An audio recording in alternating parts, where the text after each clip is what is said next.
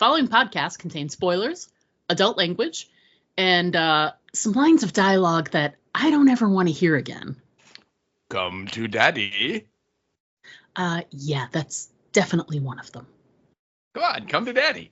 This is a message from the Office of Emergency Preparedness. Due to the recent crisis, we ask that you remain in your homes. Do not attempt to communicate or interact with the creatures, even if they are people you know. Lock your doors. Bar your windows. The dead are coming. It's time for Aim for the Head, an all Walking Dead universe podcast. And now, here are your hosts, Diana and Steve. Hi, and welcome back to Aim for the Head podcast. I'm Diana. And I'm waiting for you to come to daddy. Yeah, I'm Steve. What do we do here? We talk about movies. I don't know. It's been so long. I have no idea anymore. We had a long vacation. Just kidding. Welcome back, folks. This week, this is podcast episode number 316. Tonight, we're discussing the classic horror movie Hellraiser. And just as a side note, podcast episode 315 aired in April. Yes. It is. Yes. June. It is actually, would be like July's Eve. We're almost to the July portion of the year. So, yeah, sorry about that, folks. We took some time. We enjoyed the beginning of the summer, and yeah. There wasn't anything really to talk about. Well, I mean, the in the Walking Dead world, we'd made some plans, and we were first operating on the idea that there would be a Walking Dead show on in the end of June. Yes. And then we changed.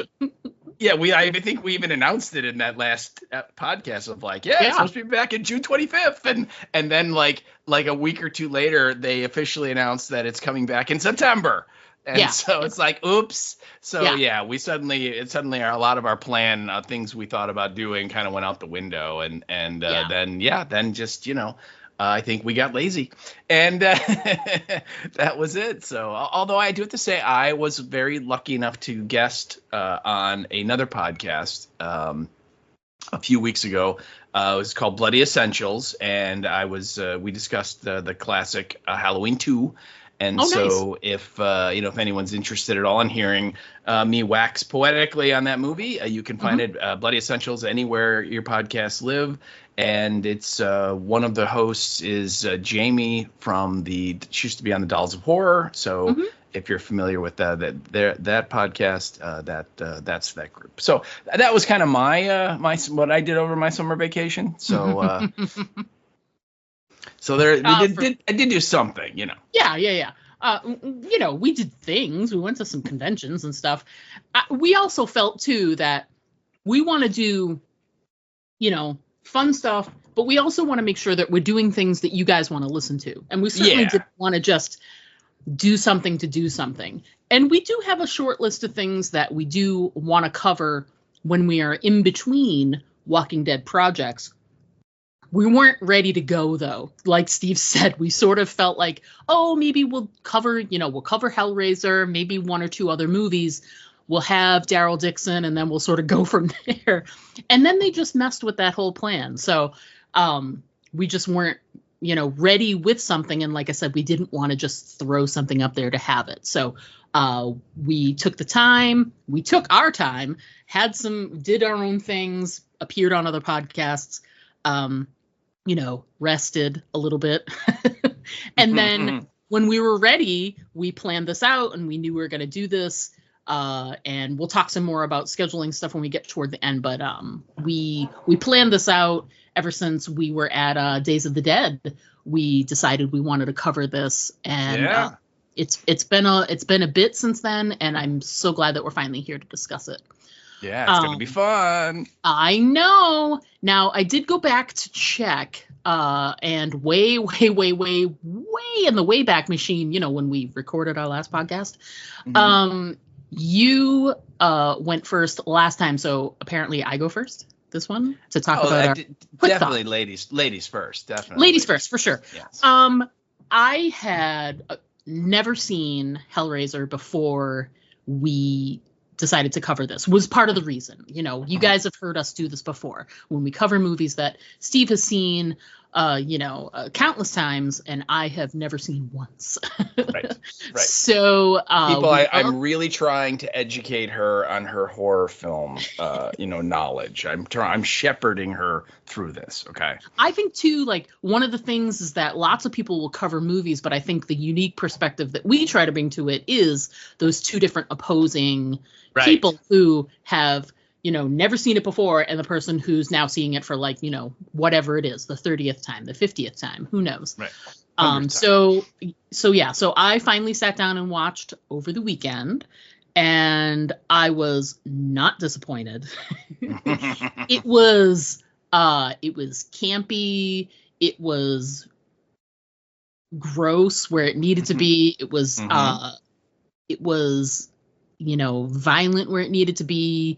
There were a couple of moments where I'm not sure I had any jump scares, because I'm not sure if there was anything that really, but man, there was some, you know, between the special effects and, I mean, Frank and what he looks like, and, you know, and the makeup and the things that we know that went into, like, the Cenobites and what they're dressed in and made up as, and it's visually amazing to watch. The dialogue is good old campy 80s fun with lots of high drama and raised eyebrows and stuff. But ultimately, even though there's some, you know, high drama to it, it's a good story. You know, I mean, I'm not going to sit here and go, it's a believable story, but it's it's a totally family drama. You know, it's an interesting angle, because there's so many things from the 80s that are just like crazy man with knife, you know, crazy serial killer with, you know, chainsaw, crazy, you know what I mean? And this is a version of that, but it's taken in such a different manner. It's such a, I mean, you would have to think that the way they set up this whole film, and then you have the scene with the box at the very end again, you have to think that this is just a repeat over and over and over and over again, and has been going on for centuries, probably. Forever. Right. That's what I took out of it. Sure. So, you know, it was campy, it was fun. I laughed a couple of times, I'm not gonna lie. I was truly creeped out on a lot of stuff. The visual effects were great. The horror effects were great. I really, really, really enjoyed this. And I'm looking forward to delving more into the series, because frankly, I want more of the Cenobites. They're such a small part of this first movie, and I'm excited because I think they figure more prominently in some of the later films, as I understand. But yeah, a thumbs up for me. Really, really, really, really liked it. So how about you? What are your thoughts? How do you feel about this film? Oh yeah, this is a classic. I remember I saw this movie in the theater. You know, I think you were probably still just a little too young to go see this when it came out. 87 made me 12, so I was a little. I was a little young for the hard R. But I'm betting you probably were aware of it. Like, you might remember the trailers or the signs, the marquees and stuff saying Hellraiser, and being like, "Ooh, what's this?" But I do remember once it made it to video, you could not escape that poster of Pinhead at the local video box. store. Yeah, you know, holding the box. Yes. So whether it was the poster at the video store, or you know, maybe ads or commercials on HBO and stuff like that. So sure. I'm definitely have been very aware of this movie since it came out. Just I didn't see it in the theaters when I was, 12. Yep, I know, understood, and clearly, like, the parental units were not going to take you, so. I get it. I understand. That poster, you're right. For us, at the Blockbuster, it was a cardboard cutout of Pinhead, nice. and it says right above it, angels to some, demons to others, and nice. But we saw it in the theater, and it's really interesting. You picked up one of your observations is something that is just so true about this movie, is that it is not a slasher movie at all. Right. And this is a weird kind of a interesting time for just horror films in America, because the slasher era is dead by this point, and all that's left of the slasher and really kind of horror in general are the three franchises that are churning out movies with Freddy and Jason and Michael, right? That's kind of what it is. And so I think a lot of the people in the industry that are making the movies and the fans were kind of like wondering what's the next thing gonna be, like Halloween was, that kind of said, oh, that's what people want to see, let's make that. And because that's what the slasher era is. I mean, it's basically just ripping off or derivative of Halloween in one form or another, Right. It's like you said, it's masked killer, killing, hacking up, very promiscuous, scantily clad teenagers. I mean, that was the genre for horror for about 4 or 5 years there in the late 70s, early 80s. Every movie was that formula. And, just many of them starring Jamie Lee Curtis, I might point out. And that was just varying degrees of how good were they. Most of them not great, some of them amazing, a lot of them are okay. And then by this point in 86, 87, those movies are all gone. You just have the three franchises left. And so everyone's like, what's coming next? And then this movie comes along. And this movie is completely different. Yeah. And like you said, it's what's great about it is it's not that. It's not a slasher. It's also not like an end of the world movie, where, oh my God, we're all going to die. It's a very, very small, contained film about just this, couple of people, this little family, really. Right. And that was different as well. And so I love this movie because, it's definitely got a Lovecraftian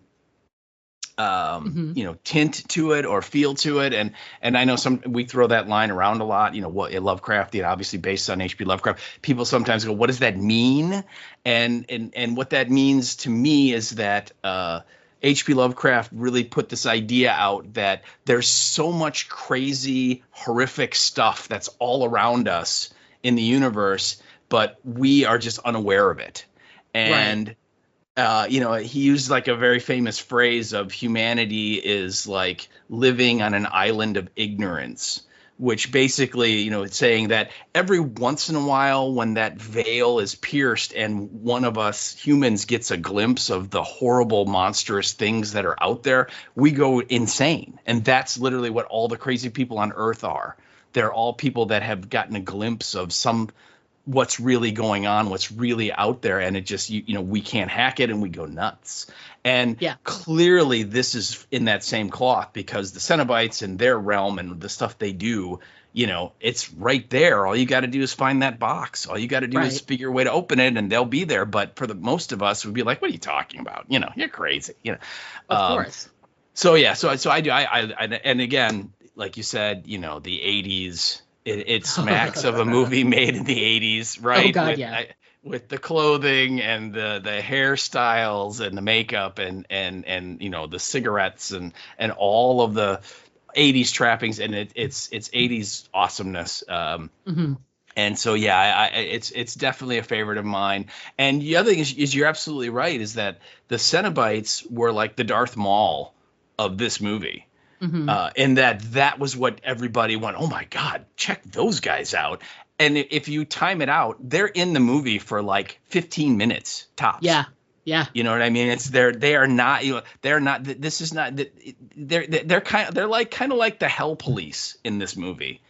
Okay. If you think about it, right? True. That they, true. Frank escapes and then, they kind of eventually show up and have to bring him back. I mean, that's kind of it. And you're right in that the producers quickly realized that, oh, you know what? The audiences really love the Cenobites. So when we do the sequel, when we do another one, let's make sure that they're front and center. And they are. In all the other movies, they're much, much more prominent and up in front of the camera a lot. And so as you go through the series, particularly with part 2 and part 3, which are all kind of one big story, they're much more prevalent. So But yeah, I'm right there with you. I love this movie. I think it's great. I love the effects. I love it's Clive Barker's directorial debut, and there's lots of great stuff about it. So I can't wait to get into it and kind of go back and forth with you point by point, because it's gonna be fun. Yay! All right, so let's first, you're going to have a lot to talk about when we get to writer and director, so I'm going to go ahead and read the description we have. Ooh, all right. I know we're changing it up a little. The best movie description I could find, and by best, it describes Hellraiser as, take a deep breath. A woman discovers the newly resurrected, partially formed body of her brother-in-law and lover. Chew on that for a second. She starts killing for him to revitalize his body and escape the demonic beings that are pursuing him after he escaped their underworld. That is your movie description. And I have to say, that was clearly not written by anyone at AMC. No, because it actually had a lot of detail in it. Right. Yeah. The AMC version of that description would be, Frank buys a box and opens it, and strange things happen. Yeah, that would be it. That's all there is to it. And you'd be like, "Ooh, I gotta see this movie." Yeah. Strange man opens box. End of movie. Hilarity ensues. Hilarity. So let's talk a bit. You mentioned Clive Barker, obviously writer and director of this flick. Yeah. How about it? Yeah. Well, again, Clive Barker got his start as an author, and he was really like part of that like second wave of horror writers. Stephen King started in like the mid 70s and was the king, no pun intended. And you get to the early 1980s, and there's sort of like this next wave of authors, people that like read King stuff and it's like, I want to do that. And so they, started writing their horror. And you have people like Dean Koontz, and Clive Barker were, forefront in that group. And he wrote a short story or a novella called The Hellbound Heart. Okay. And it was published in like 1985 or 1986, and it was in like an anthology. So it was like in like a collection of short stories, and it's not an overly long story. And he ultimately went to the studio to New Line Cinema, I think, and got them to greenlight, making it as a film. And this movie, when you watch this movie is a weird movie. There's lots of things about it that are just kind of and obviously all the BDSM stuff and the chains and the leather and all that and so on. You might wonder, wow, how is it possible that like a big time studio let this movie be made this way? Well, this movie had a budget in 1987 of $1 million total. 1 million. That's it. Yeah. Which is nothing, and just for perspective, when Halloween was made, 9 years earlier, Halloween had a budget in 1977 of $230,000. So, wow. Almost. Yeah. I mean, Hellraiser didn't cost all that much more at the time. So I'm pretty sure the reason why Clive Barker got to do whatever the hell he wanted to do. And I want to say that Doug Bradley mentioned this at one of the panels we went to at the Days of the Dead show, was that the budget was so small, the studio didn't really care.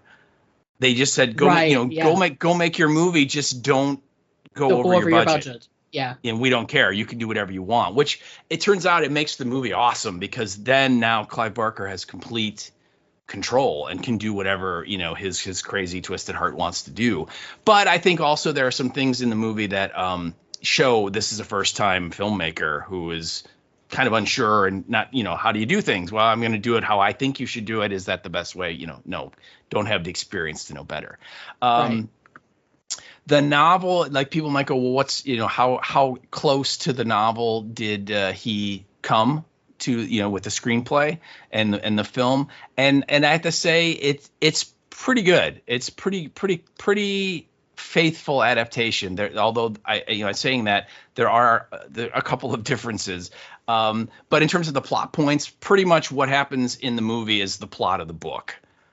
Frank gets the box, Frank opens the box, Frank goes, the Cenobites show up. Then we jump forward to Julia and that story. And then she starts killing for Frank and all that stuff. The differences is that in the book, the character of Larry, which is the dad, it's the brother who Julia's married to. In the book, his name is Rory, which is, I don't know why Clive Barker changed it, but he did. Which is a weird thing. And then the biggest change is that the character of Kirsty in the book is not the daughter. And Kirsty is like someone who like works with Rory, although we'll just call him Larry for this discussion because that's the character. And she kind of likes him. She kind of has a crush on him, and she never liked Julia. And then she sees Julia, bringing some weird dude back to the house, not knowing that she's going to kill him, but she thinks she's just stepping out on Larry. So she goes to Larry and tells him, and then and Larry also in the book kind of has some misgivings about Julia, much more so than in the movie. In the movie, the dude's clueless, right? Okay. Yeah, he really is. Yeah. Oh, yeah, he is. And so they try and catch her in the act, and that's when Frank kills them. So that's obviously a big difference because it's a daughter in the film, and in the book, it's just like a coworker, a friend kind of a thing. And then the ending is different. The ending in this movie with the weird skeletal dragon thing with the homeless guy, that's completely added in the movie. And in the book, the Cenobites, when they take Frank back, they leave and they give Kirsty the box and they tell her, your job is to watch over this, and eventually someone will come looking for it. And when they do, you are to give it to them. Kind of like you said, like perpetuating. Yeah. The idea, which we get a little of that at the very, very end, right, where it cuts back to the bazaar and the weird little man is like, "What's your pleasure, sir?" And it's another guy like Frank who wants to buy the box, So like you said, you get the sense that, wow, this has been going on forever. Yes. But the difference is in the book, it's her. Kirsty has it. It doesn't like revert back to the guy in Morocco or wherever he was, So, but interesting. Yeah, and like I said, the Cenobites are not in it very much, yet they became the standout thing about the movie that people were the most curious about and wanted to see more of. And so again, in the sequels, they're front and center. And the other thing is, if you watch Hellbound, which is Hellraiser 2, they completely go in and retcon the ending of the movie. Oh, really? Oh yeah, the whole homeless man sequence is gone, and instead, Kirsty and her dippy boyfriend, who unfortunately his name is Steve, they get out of the house, and they're like trying to get away, and they think they're safe, and then the Cenobites show up again, and they're like, "Okay, Kirsty, we're ready to take you now," and she's like, "Nah," and screaming, and she, they somehow get away, but she ends up, she like passes out, and she's, very violent and nonsensical. And so the people call the police, and they take her to a mental hospital. Oh, okay. She's still, and she's still got the box because again, she's not making any sense, and she's violent, and so they're like, she's either on something or she's crazy. And the boyfriend then completely disappears from the movie. You never see him again, thank God. And then the rest of the movie is she's in this hospital, and William Hope, who played Lieutenant Gorman in Aliens, is in it. Mm-hmm. He's a doctor is taking care of her. And and so then it goes from there. But it's just kind of funny because when they made the sequel, they're like, the ending with the demon, skeletal dragon thing, that's not going to fly. So we're just going to totally say that never happened. So, but oh my God. But anyway, that's just kind of some of the background. I think there are like 9 sequels total that have been made for this franchise, and a lot of them are direct to video that are not overly great. And then 2021, 2022, maybe. I think it was in the pandemic time frame. Hulu produced a reboot of Hellraiser, a movie titled Hellraiser, and it completely modernized, different story, different characters. And the big notable thing is that Pinhead in the reboot is a woman, and she's pretty great. And I want to say the one of the villains, if you will say, if you call it that, in the movie is this actor named Goran Avicic, I think his name is, and he was on ER for years and years. Yeah. He's a Bosnian actor. Yes. And he's this rich dude that is obsessed with these puzzle boxes, and when you get in his house, he's got like 20 of them. All around and everything. And he wants to, he kind of knows the story, and he wants to kind of summon the Cenobites, kind of like Frank, he has to know, has to feel that whatever it is they're offering, he wants. And so anyway, it's a real interesting movie. I liked it. And like I said, it's on Hulu, so it should still be available if anyone wants to check it out. But again, completely different. I mean, it still has the Cenobites, still has the box, but it is not connected to this movie. Or any of the sequels to this movie. It is a complete reimagining. So there you go. All right. Well, that's everything. I wasn't even listening. I went downstairs and said hi to Sarah. I know you did. Why you doing all the background? Just like we said. Just like you said you would. All right. So starting at the top. People, I try and educate her. I try, and this is the thanks I get. It's difficult to educate me. Let me just say that. That's people have tried and have failed. Teachers been saying that for years. Let's start at the top. So the top scene, you've got it there. The scene with the I guess we could call him creepy, mostly because his voice is a little creepy. What's your pleasure? What's your pleasure, Mr. Cotton? What a great name too, Cotton. Yeah, Frank Cotton. Yep. God. And he only Go ahead. No, go ahead. No, I was just gonna say, the Cotton family. I think it's supposed to be maybe it's a natural thing. It's an earthly thing. Cotton. Okay. Right. I can see that. And again, a lot of the things that happen in this movie, whether it's character names or just events that happen, very literal because again, it's Clive Barker.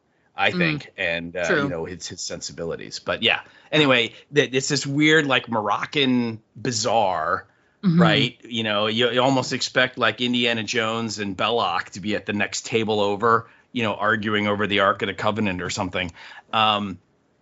And yeah, this creepy, like weird guy is sitting there, and you see the flies and everything, and he's like, "What's your pleasure, Mr. Cotton?" And Frank's like, "The box. I want the box." And he takes like a stack of bills and slaps them on the table, and the guy doesn't say anything. Then he takes another stack of bills and slaps them on top, and then he's like, "It's yours." And then he gets it and he picks up and leaves, and he goes, "It's always been yours." And you're like, "Well, that ain't good." Yeah. And it's cool because, like you said, you have to assume that, that this dude, this nameless dude from the bazaar who sells the box has to have some kind of connection with the Cenobites, some kind of connection right? with the other world, right? Especially, and it's that line that does it for me. It was always yours. I'm like, always yours. Yeah. Ooh, he's been watching Frank and. Yeah. Oh yeah. I mean, yeah, absolutely. And by the way, according to I watched the movie on for this thing, I watched it on Prime, and according to the Prime subtitles, that character's name is Man. I've seen Man in movies and TV shows before. That character shows up a lot. Yeah. It's not the first time I've seen Man. Yeah. Take what you will from that. But I love how, like, from the beginning you get this image of Frank as being this sort of I don't want to say maniacal, but he's definitely very like laser focused on this box, what he's going to be able to get out of it. He's just very he's almost, you would say, obsessed, like the tone that he has when he says the only thing he wants is the box. Box. Yeah. So here's also, you know what? Let me just say an interesting fact is that the actor that plays Frank in the movie, the skinned Frank, like the normal Frank, is not the same actor as the skinless. There's two different guys. Yeah, there's a Frank Monster and a Frank. Yes. Frank. just Frank. But then the other thing is that for both of them, the voice in the first movie is dubbed. Is it really? So it's a different guy, because the guy who plays Frank is British and has a British accent when you hear him talk. Now, that doesn't mean he can't talk without it, but in this case, they dubbed that voice. So I guess if you dub it, though, if you knew it was going to be two different actors based on all the prosthetics and stuff like that, if you knew it was going to be two different actors, it makes kind of sense to dub it, though, because then it does. Well, because the only recognizable part of Frank, once you get to that portion, is his voice. So right. So if it's a different actor, it's going to be even more confusing. Of like, well, who is that? That's not Frank, because it doesn't sound like him. But anyway, it's not his actual voice. But when you get to Hellraiser 2, and no spoilers, but Frank might be in it. They let Frank use his real voice. So interesting. So I have a question that I wasn't sure. I mean, I guess ultimately it doesn't really matter, but there were only a couple of things that made me go, I'm not sure what happened here, but so there are a few. No, but I just wanted to make sure, like, place and time of stuff. Oh, like God, logical yes. shit. Yes. So he gets the box, and the very next scene we see is him, opening it up, but he's surrounded by candles, and he's doing some type of, like, ceremony, right? So he's shirtless, like you do, right? Well, we have to appeal to the ladies, right? Oh yeah. He's shirtless. He's sweating, so he's glistening. Very he's got the 3-day stubble, right? And got the bad mullet going. He looks like a cologne ad is basically what's going on. I always envision him as like straight out of a Richard Marx video. Wow, he should have known better, that's for sure. He should have known better. I know, right? So my question is, that ceremony when he opened the box, did he do it at the house? Is that why he is still connected at the... Because I don't think it was clear that... it's not. I mean, it's not. No, you're so cute. No, it's not clear. It's not clear. No, I mean, I made the leap because, knowing what you know about things like, demons and, souls and things like that, and the rules that have been, placed in certain movies and certain TV shows and things like that, when stuff like that happens and you reappear, like, because he reappeared in the house, like, to me, I felt like that meant that everything that happened to him happened while he was in the house. Yeah, so, at least the initial, like you're right, like the scene when he's surrounded by the candles and he's opening the box and the weird lights, shadows happen on the walls and the light coming through. That's all in that room in the upstairs of the house. Right. And the Cenobites are there, and then all the chains shoot out, right, and they rip him to shreds and all that stuff. Yeah. But you're right. Like sense of place in this movie is just. I mean, it's crazy. It's laughable because it's like, okay, you get the idea that it's like supposed to be taking place in London or in England somewhere. Thank you. But and you get that because of the dialogue between Frank and Julia when they first come in the house. Right. And I thought he has be happier to be closer to home. Or like he's like you're on your home turf or something that, yes, right? That's how we worded it. That's right. But then so you're like, okay, but then a big chunk of people that they interact with are all Americans, and they don't have, like, Steve doesn't have a British accent. All the people at the dinner party don't have a British accent. Right. The weird woman in the pet store doesn't have a British accent, and so, like, the movers don't. But then all of the guys that she picks up to kill are all straight out of Central Casting in London. Like, hello, love. Oh, we want to do it on the floor. All right, I mean, it's, you know what I mean? It's just like. it's so weird where you're like, I don't really know where this movie's taking place. Right. And I think the big thing is it really doesn't matter. That's true. I found like I struggled with it at the beginning because of that line, because of him saying that thing, sense of home or whatever it was. Yeah. And then the people being different. And I was like, and they don't show a lot of scenes outside of the house. So you don't really have a sense of where it is. And I knew it was filmed in England. Yes. But I was like, I don't know if it is. And then after a bit, I just stopped thinking about it because I don't think that they ever really answer the question. Not satisfactorily. not directly. And there's not one instance Clive Barker decided to spend $0 on stock footage of London, right? There's no establishing shot, which we see in a million shows, movies, and TV shows where, like, in this case, you would see a shot of, like, Big Ben and Parliament and the Tower of London or any of those kind of iconic British England pieces of architecture, whatever, that you see that and you're like, oh, we're in London, right? And he's just like, no, I don't care. And again, ultimately, it doesn't matter, right? It isn't about the outside world. It's about what's going on in this house.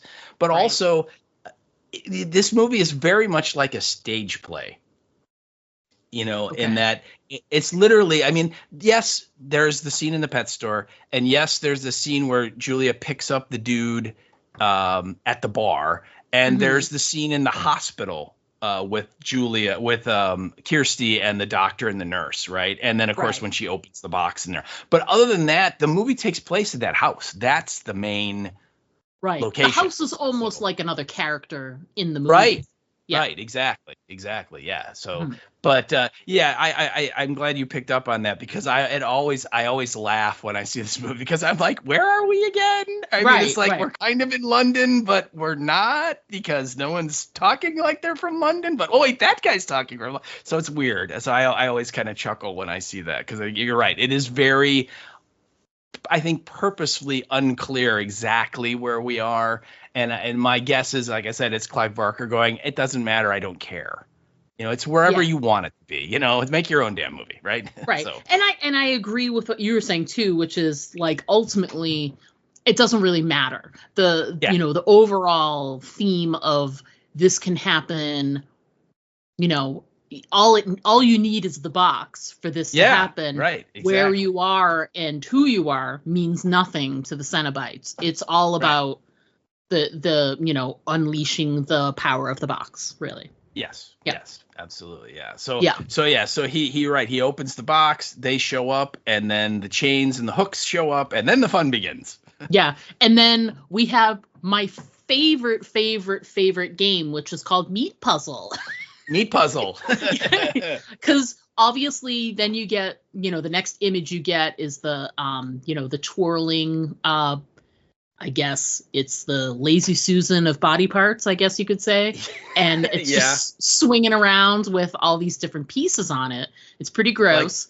With like the big like railroad tie nails nailed into it. And the meat is kind of hanging off it. Oh, yeah. Yeah, it's cool because it's you've never seen anything like that before. This isn't something.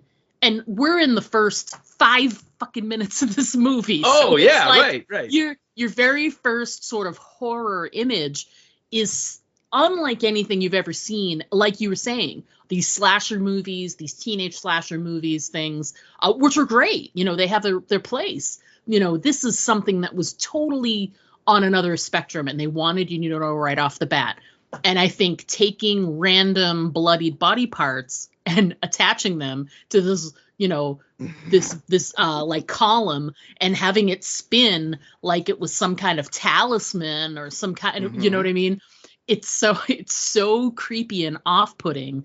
And then they show all these parts on the floor, and then eventually one of the Cenobites, you have to assume, takes a piece and sees there's an eye in it, and then lays it down on the floor right where all the other parts sort of go together. I wrote down as my notes, I'm like, meat puzzle. Ooh, I found the eye. Yes. Yeah, it's the female Cenobite that does that. It is? Okay.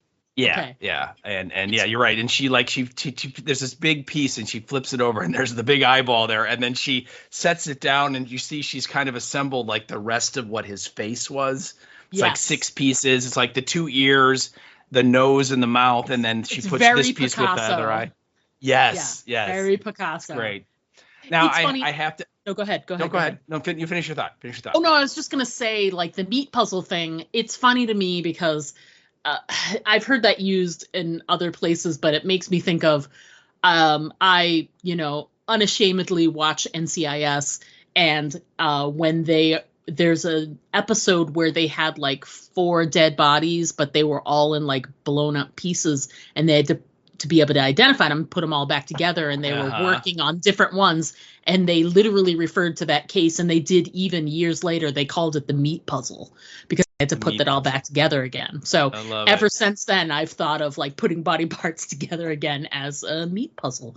It's a meat puzzle. It is, and it's not wrong. She was putting one together. It was a little more avant-garde, like I was saying. It's a little more Van Gogh than, realism. A little more Dali.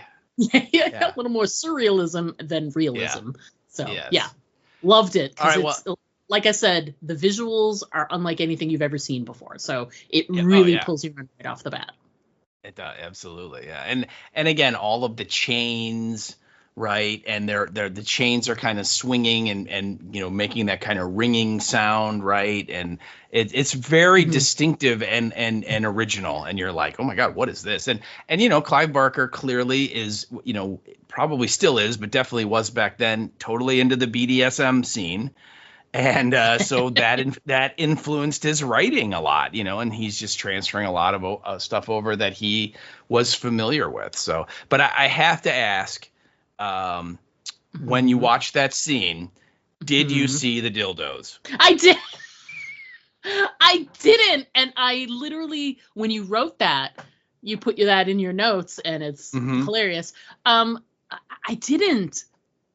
Now, to be fair, I only watched it once, and I was very much paying attention to the bloody body parts. Yes. But I'm sure, was it obvious? Like, if I went back and watched it. Well, okay. You know how they've got the 2 wooden, like, square columns that are spinning? There's a shot, like, after, like, the Cenobites show up and the chains go in, the hooks go into Frank and start tearing at his flesh and stuff. Then it cuts to this shot of the room, and this is after they've ripped him to shreds, just before the meat puzzle moment, and the camera kind of pans through the room, and we see the chains hanging, and then we see the 1 wooden column, and it's spinning, right? And like we said, it's got all these nails and spikes with like pieces of Frank hanging off of them, and it's all dripping and bloody and pussy and all that.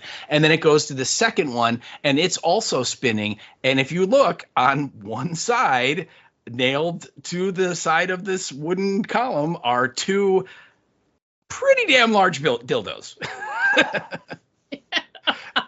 and again, they're not forefront, they're not front and center, but it's one of those things that once you've seen them, every time you watch this movie, you're like, yep, there they are.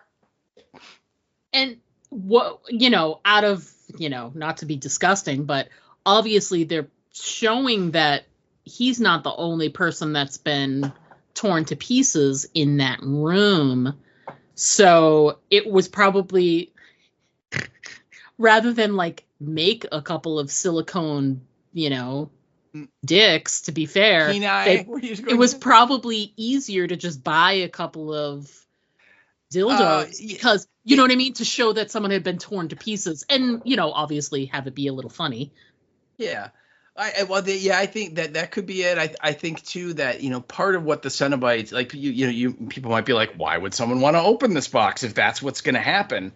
And the allure of the puzzle box, which by the way, in the book, they refer to the puzzle box as, it's this weird name. It's like the Lamarchian configuration. That's what they call Yeah. the I was box. trying to find out what it was called when I was doing some research and some research. Posts, yeah. some posts for us for the show.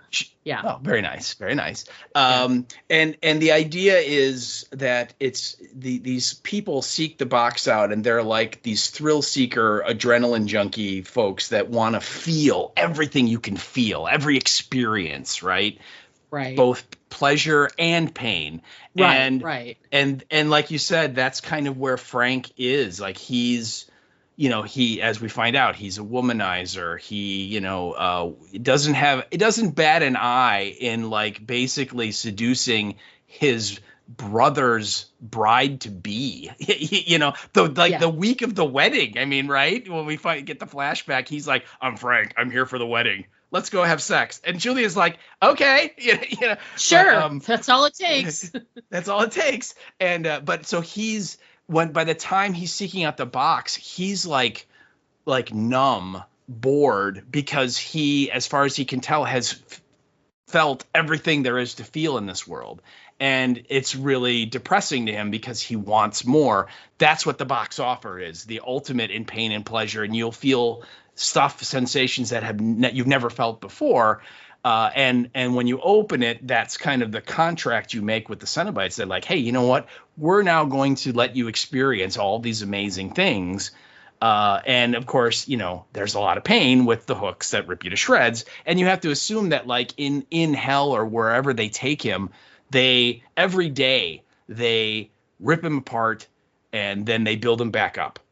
And the next day he's back whole, and then they do it all over again, but it might be some variations. And some of it might not be painful. Some of it probably is, could be considered pleasure. Right. And again, it gets into the whole the BDSM thing where for some people pain is pleasure and they want, they actually get off on, feeling that pain or whatever. And I think that's what the dildos are there for, is sort of like, it's not just hooks and blood. It's other things we can have fun with you with, Yeah, so it's just sort of like this sort of wide gamut of experiences that these Cenobite creatures are going to expose to you. And again, this guy is a guy that's like, he wants to feel it all. And so he's like, yeah, sign me up. Let's go.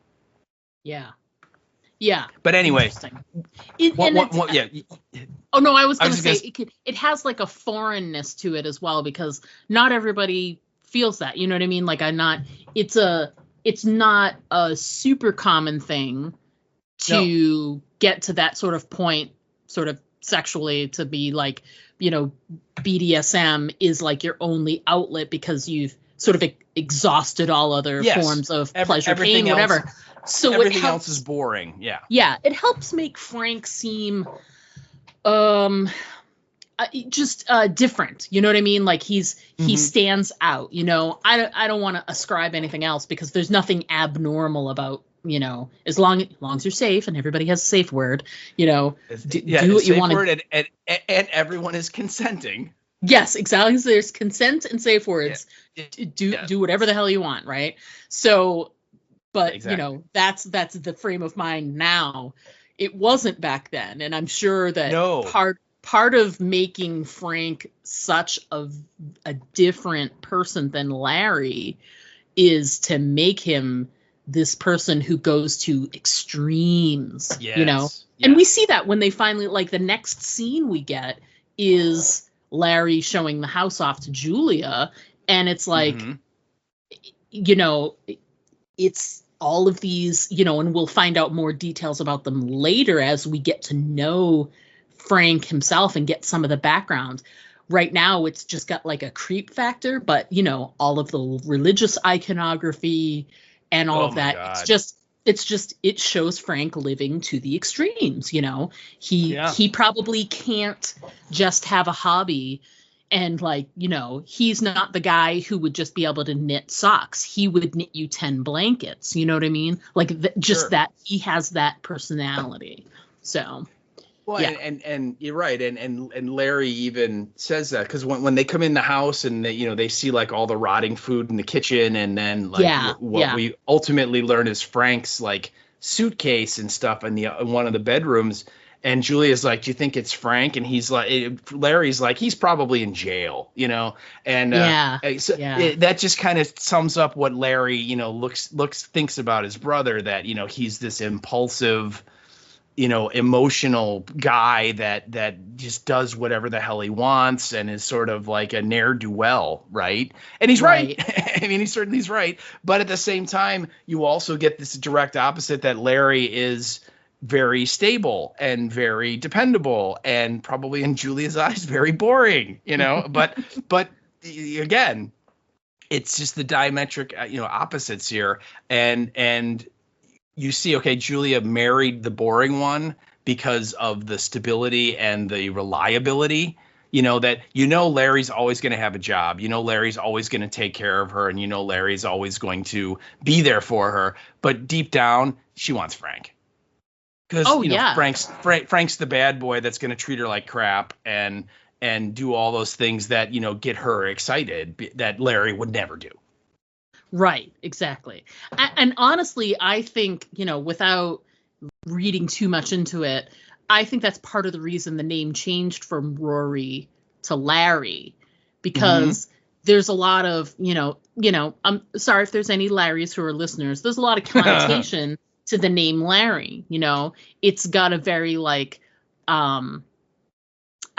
you know, just average. It's got a very average kind of connotation. Wow. Like, he's your, you know, steadfast guy, works all day, comes home, what, you know what I mean? Like, there's just that stereotype that's sort of attached emotionally to that name.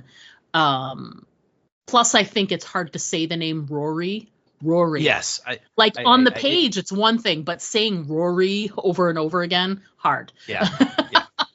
And Larry. I would just like, Larry's much easier. You're right. Yeah, and I would like to take this moment just to point out that all of the angry emails and social media comments that we are now going to generate from this statement should be addressed to Diana and I. This does not reflect my opinion or thought on any Larrys. They're all super cool dudes. No, I am all about the Larrys. I'm saying that I think you got to listen to the tape, because I don't think so. Culturally, pop culturally, there's a stereotype that's associated. Maybe not anymore, but back then. I'm Larry. This is my cousin Daryl. This is my other cousin Daryl. Right. Well, for me, I go to McLean Stevenson's short-lived television show Hello, Larry. Right after he left MASH, you know, it totally bombed, right? But I think you're right there, that you certainly that name is it's just a more familiar name, particularly to American audiences. I think Rory is kind of like what kind of name is that? Whereas Larry, everyone knows a Larry, so. Yeah, exactly. Yes, there you go. It's got like an everyman feel to it, you know. Yes. Everybody knows a Larry.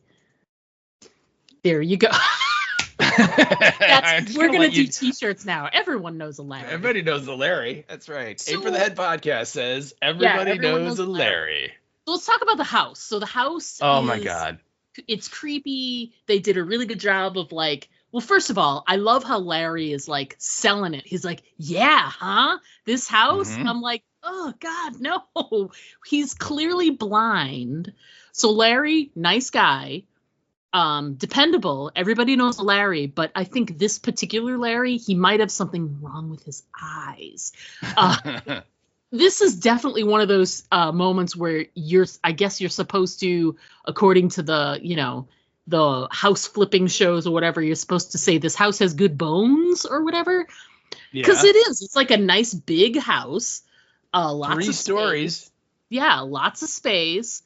But man, like, he's just like seeing stuff that's not, you know, this is great. I'm like, in what universe is this great? Like, it's so dingy and creepy. And like, I I wouldn't have wanted to touch anything. That kitchen, oh God, with the maggots and the cockroaches and stuff. Yeah.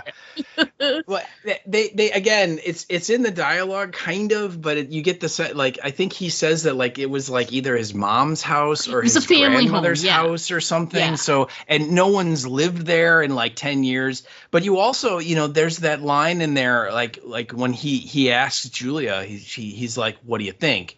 And her first response is, "It's like better than Brooklyn," or "It's not Brooklyn." Yeah. And so, I mean, I get the sense that like this is like Larry's last ditch attempt to save his marriage. Ooh, interesting. You know, that, you know, they are clearly unhappy. And again, as we find out, because, you know, Julia's a hoe bag, but at this point, we're not aware of that yet. But you get the sense that like they are not in a good place relationship wise. And so he, in his mind, he's like, I love this woman. I want to keep her. I want her to remain my wife. So I'm going to pack up and move to England from Brooklyn because she's from England and would therefore obviously be happy here or happier. Now, I hope when you say the words England, per our original discussion on, it's not clear where this is. Are you using air quotes? Again, it's like it's not in England. It's in England, or it's in England. Yeah, you know, either way, you're right.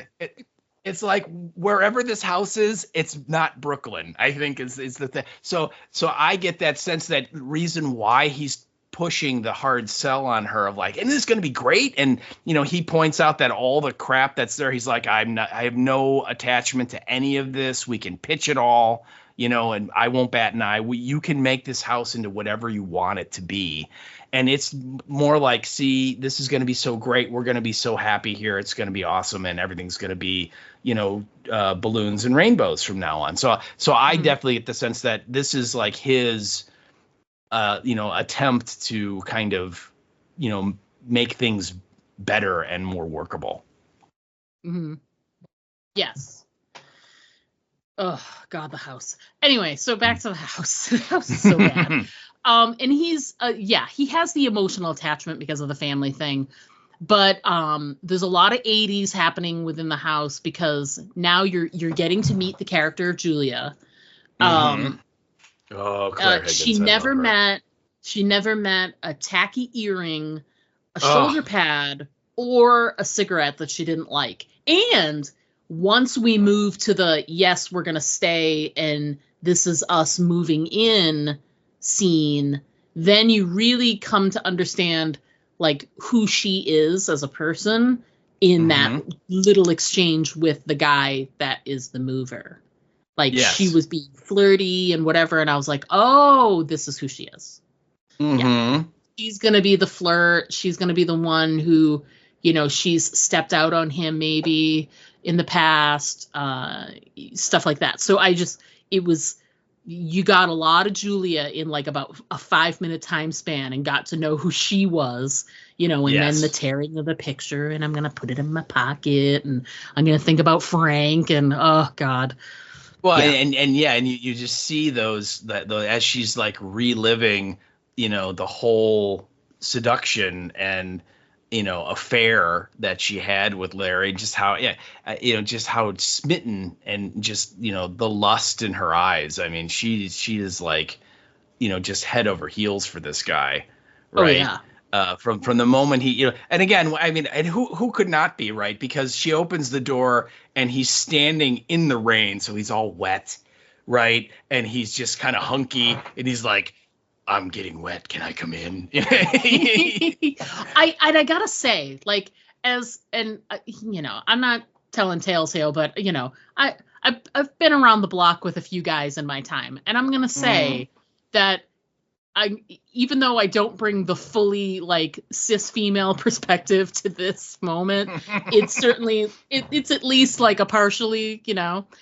And I gotta say, from the moment she opens the door, I'm like, ugh, what a sleazebag. Like, just, you know what it is? It's character. Like, it's how he, and you know, obviously she wants that sort of bad boy thing because it's very different from Larry. It's not who Larry is.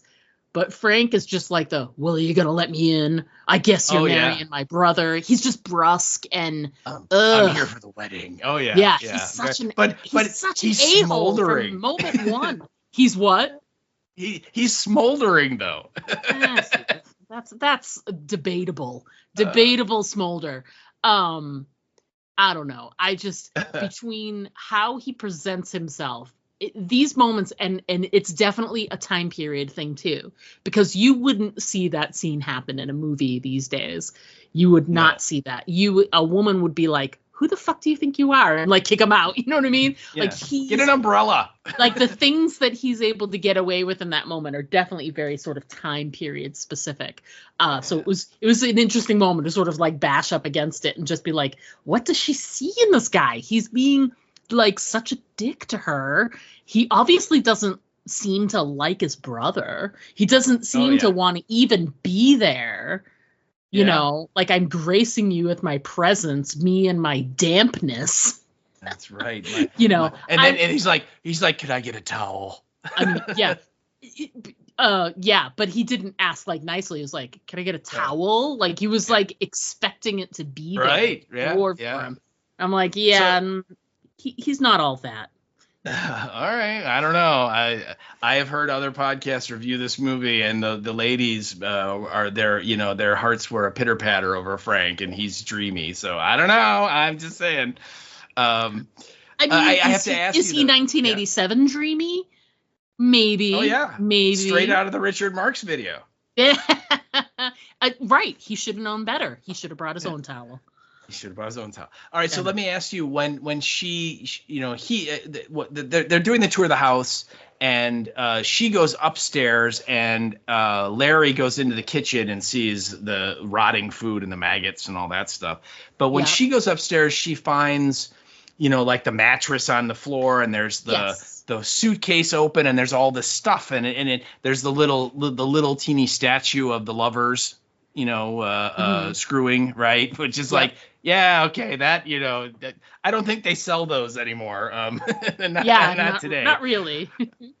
But she then finds this little like metal box, and it's got all these pictures, and every picture is Frank, pretty much, having sex with a woman.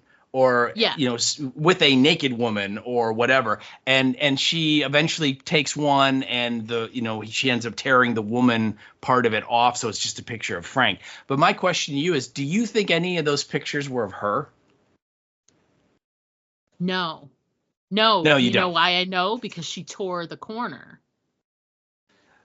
Well, yeah, I think they showed the face too. I think it was an African American woman. Yeah, right. It's a different woman, the one that she did. But I'm just saying because a lot of the pictures, the women's faces are kind of obscured. True. I think no, I don't think so. And I could be wrong, but to me, I felt like the purpose of that was to show that he's been this guy with many, many people before, that this is just who he is, Yeah, that he's a womanizer, that he just kind of, burns through, girls. Yes. And, he's not the marrying kind. No, sadomasochistic, sexually, like stuff like, because there's, there looks like there's some pain going on in some of those pictures too. Nothing too hardcore, but it's definitely, there's a lot of suggestion there. So. Yeah. Okay, good. I always wondered about that because again, there's a lot of pictures.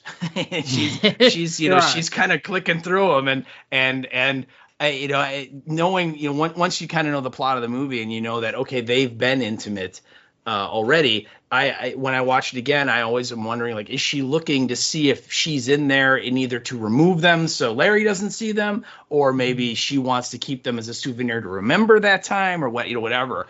And you really can't tell. I mean, the pictures, the girls that are so obscured, and they're not looking at the camera or whatever, so you can't really tell who they are, other than, like you said, the one picture that she keeps, it's clearly not her. It's like you said, it's like an African American girl that is kind of draped over his shoulders, and she very conveniently tears that part of it off and then puts just the picture of Frank into her pocket, like you said. So, but that brings in our other main character, which is Kirsty. Yeah. My first initial thought was, this adorable virginal daughter is totally dying. And I'm very excited that I was proven wrong. Spoilers. Yes. She doesn't die. She's the final girl. Which again defies expectations. You know what I mean? Like that's when you're used to watching those kinds of slasher movies. The very first young, attractive girl who's just sort of coming into her sexual being, like we've seen that a million times, but she, and I wouldn't necessarily call her a final girl because that wasn't the structure of this movie, but I totally was like, yeah, she's going to die. And she didn't. So I like that it subverted my expectations for sure. Yeah. But she cute. Oh yeah, well, and I was going to ask, were you with us the day that I met her at Days, or were you not? Because I wasn't. No. She's adorable. She is delightful. She was super fun, and had a lot of great stories about making this movie. And again, she's spoiler, she's in part 2. As well, and great stories of working with Clive Barker and how she and Clive Barker would paint on the set when they were doing like set changes or lighting changes or something, and they had some downtime. She talked about the painting when we were at the panel. At the panel, she talked a little bit about that, but I didn't hear all of it. Yeah. Yeah, and I made her laugh when she asked me what my name was, and I said Steve, and she went, why did you sigh? And I said, because he is such a dippy character in your movie. And she's like, yeah, he was. So again, it made her, she chuckled. So, but yeah, she was awesome. And this is her first movie. This is Ashley Lawrence's first film appearance, a major film. So yeah, and again, this idea of sense, like of where we are. Like her dialogue makes no sense at all because her setup makes it because, okay, so Larry and Julia move from Brooklyn to, let's just say, London. Okay. Give it a name. Quotes. Air quotes, London. And London area. Yeah. But then she shows up and she's like, I got a hotel. And Larry's like, well, no, you could stay in the house. And as you pointed out, the house is ginormous. There's 1 million rooms there. She could easily stay at the house. And she's like, no, Dad, we've been over that. And she's like, I have to find a job. And so I'm like, okay, so did that mean that you moved to London too? Right. To be there permanently? Or because who goes on vacation and like the first day you're there is like, I got to get a job, nobody. Right. So it doesn't make any sense. It doesn't. You're just like confused. I'm always like kind of scratching my head like, huh? So and the way she talks about finding a place to live is very foreign. She says, I found a room. Yeah. But she doesn't say, like, if you were in the US, you would just say, oh, I found an apartment. I found an apartment, or I found a condo, or something. Yeah, right. But no, she says a room. So yeah. I'm confused. I don't get it. But again, it ultimately is meaningless. She's there.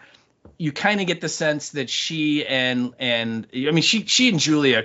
Julia's not her mom, so she's a stepmom, and so there's going to be that kind of weirdness between parent and child.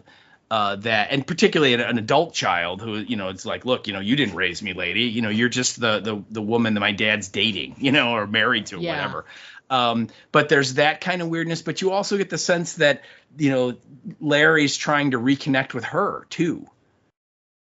Yeah. And although, I mean, they obviously still, she likes her dad. She's, is concerned about him. But you don't get the sense that they're super tight and that this sort of, this reunion he's hoping is going to be the, okay, now we can be a family, that kind of thing. Yeah, exactly. Um, I like that Kirsty is there as more than just sort of a plot device, but she does help round out some of the plot. First of all, if she were Julia's blood daughter, Julia wouldn't be able to sort of like do what she does later, with impunity, because she has no emotional connection to Kirsty. And so she could have been just a plot device if it was written poorly. But she ends up rounding out so much more of that. A lot of the action is centered around her. A lot of the, there's a lot of emotional experiences that happen in the movie. Julia has a lot of them, but Kirsty has a bunch of them too. So, between her dreams and the stuff she deals with when she's at the at the hospital, stuff like that. It's very Kirsty goes through some shit. Oh, she do. She do a lot. Yeah. And she's a young actor, so is she fantastic? No, but she's very she's very natural. You know what I mean? Mm-hmm. She's got like a sense that, she's supposed to play not naive, but like sort of still learning, still growing, kind of in that way. Yeah. I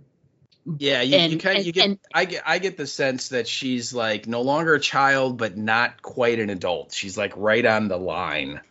Yeah. And she's able to tap into that pretty easy because as an actor, she's new. This is her first major film. So it's not hard for her to sort of tap into that emotion. But I like the fact that she's unsure in some scenes, but then when the shit starts to hit the fan in the final quarter of the movie, she's really very forceful. She's, she fights. She's woman of action. Yeah, exactly. Which I like. I think Kirsty's a good character because she's not the damsel in distress. No, she definitely doesn't need to be rescued. No, and I think that's what's great too about all of these main characters. Larry is like the dutiful husband in a lot of ways.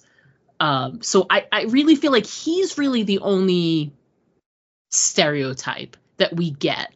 But even then, there is still some layers to him. But I think Julia is very against what you would expect in that time period. Kirsty is too. Frank is too. So it all sort of melds together. And, I ended up about 40 minutes into this movie, almost halfway through this movie going, who are these people? Where did they come from? This is so different from what you usually would get in a horror movie. So I really was enjoying that because I just could not predict what was going to happen next. I just really liked that. That's the mark of a good story where you're hooked into it, and yet at the same time it's not telegraphing. Oh, and now this is going to happen, and now this is going to happen. Hooked into it. I see what I did there. Yeah, you're a wordsmith, sir. Don't let anybody differently. Don't tell anyone tell you differently. Yeah. All right. So we've met the house, we've met the people, we know who all these characters are, and then we've got to have the big inciting moment is Julia and the whole scene where Frank is resurrected is so, come on. The whole, and Larry unwittingly is the inciting incident because the injury and cutting his hand and dripping all the blood. It's not exactly finger trauma, but it's pretty darn close. Okay. Well, and here's the thing: you knew what was coming. You know it's coming. You know what that nail is there for, and you're like, "Oh yeah, it's coming. It's coming." And they drew that out so long. Most movies would just show it go away from it, come back. Oh, I hit my hand. Yeah. This was like they went away, went back, went away, went back, went away, went back. It's like 4 times.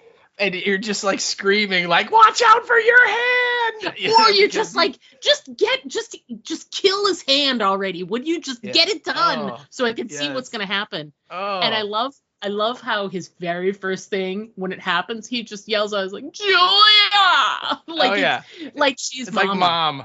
Yeah, he runs in and he's like, my hand, and then he's like, I'm gonna pass out. She's like, no, you're not gonna pass out. He's like, I'm gonna throw up. No, you're not gonna throw up. And she's like talking to him like a mom, and it's a deep wound, and he has to get stitches and all this, but he bleeds.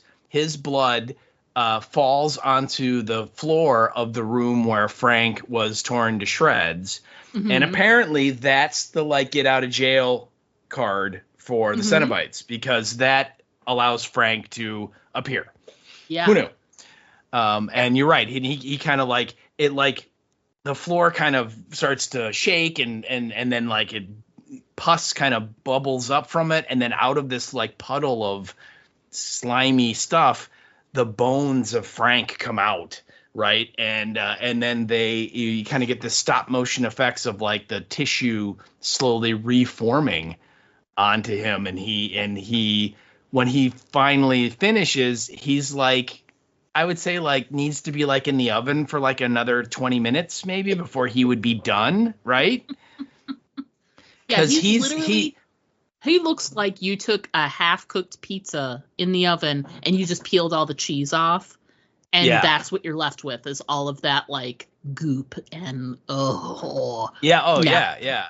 And so Kirsty ends up taking Larry to the hospital. So now Julia's alone in the house, and she hears something or whatever, goes up there and runs into Frank, and she's freaked out because again he looks like ass and so on, and he's like, Julia, no, it's me, Frank.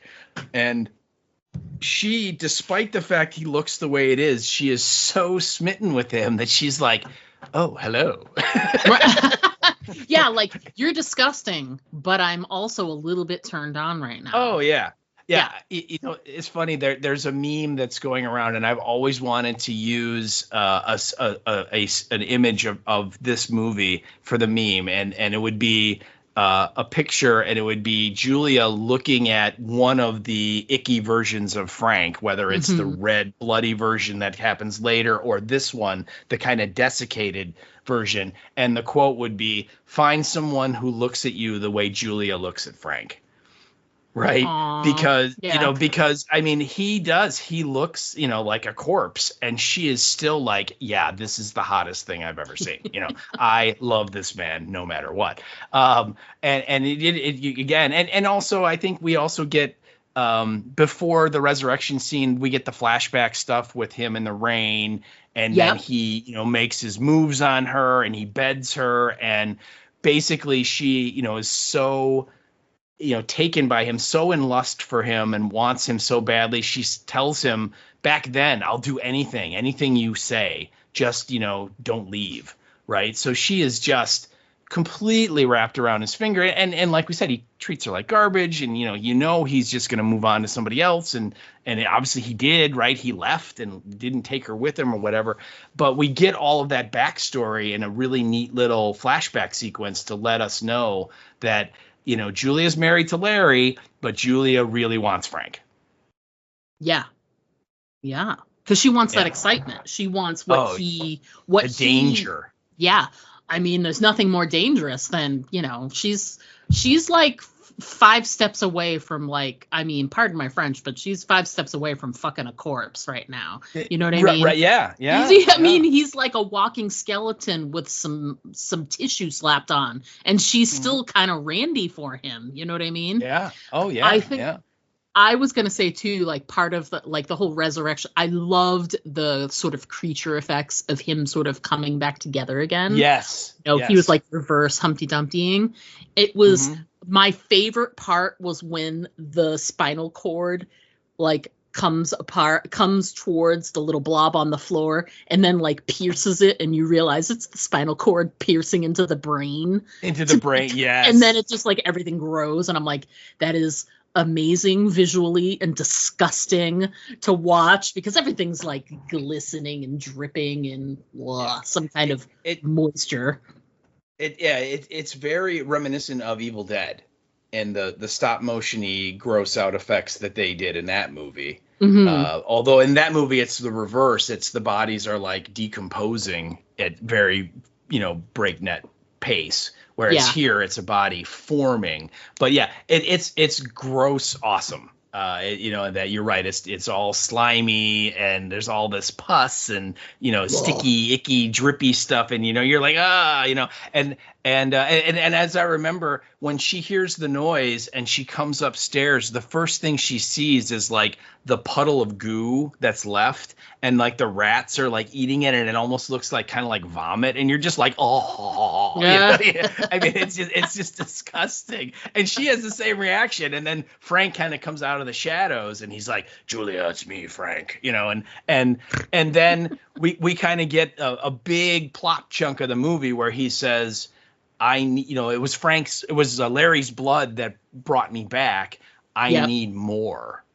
And she's like, well, how are you going to get it? And he's just like looking at her like, how do you think?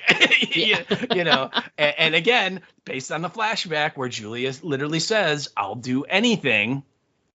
This sets up the rest of the movie where Julia is now basically going to go out and find Frank some more bodies that he can, I don't know, eat, absorb, whatever he does. He kind of like sucks the life out of him, right? Yeah. And that each time he does it, he'll like restore himself a little bit. Kind of like the Mummy, if people remember the Brendan Fraser Mummy from 2004. When the mummy resurrects, right, he goes around to all the guys that violated the tomb and he takes their eyes and their tongue and all that stuff. Yep. And each time he does it, he becomes a little bit more restored. Same kind of concept here. Yeah. And again, Julia is so taken by this dude that she's like, you know what? I think that's a really good idea. Yeah, I'll go out and pick up some strange dude, bring him back here, kill him, and then you can, do your thing. I put it down as like, this is classic, like 80s and Julia, like learning who she is. And I put down, I'm going to bash this guy's face in with a hammer while wearing the snazziest 80s outfit, complete with huge shoulder pads and gigantic star earrings. Those earrings. Oh, they're the best. God. The best. Yeah. They're so good. And in that scene, too, like, I have to include the one line, like, there's a couple of lines that Frank says that are like, ew, gross. But the one where at first she recoils a little bit because he says, come here, damn you, I want to touch you. I want to touch you. And this was his first resurrection. Like, as he gets a little bit more covered, like, you can see, like, the transition of, like, he's got a little bit of his skull is covered, a little bit, excuse me, of like, his arms are starting to look a little fuller and thinner. Like there's you can see growth, but his very first incarnation, when he is at his grossest, he's like, come here, I want to touch you. I'm like, are you kidding me? Gross. It's definitely a cringy moment where you're like, oh no, no. Yeah. Don't do it. Yeah. And so, and then I think too, I want to say that like Kirsty has like a weird dream before the kills start. Yes. Yes. And I want to talk about this scene just because I've never seen anything like this before in a movie, and that Kirsty has this weird ass dream where she's in this room and like someone like ripped open a pillow and threw the insides in front of a fan because all these like feathers are blowing all over the place, right? And there's something on a table covered by a sheet, and it's probably a body, right? It looks body shaped, and she walks up to it and she hears like a baby crying. Yeah. And then the sheet, like blood starts appearing, like it's soaking through from whatever's covering the sheet's covering. And then she pulls the sheet off and this guy sits up very quickly. And I don't know if it's supposed to be Larry. It's such a fast cut. You can't really tell if it's Larry or, her dad. But then, like, that's the end of the dream. But then when it cuts to, the real world, it's the dippy boyfriend, Steve, who wakes up. Yeah. And I've never seen that. I'm like, okay, so that was his dream. But then he turns around and and there's another question too, which is like, okay, they went home together, yet he's like sleeping on the floor and she's in the bed. I don't know. It's whatever, then this is from Clive Barker and he didn't have them in bed together. I don't know.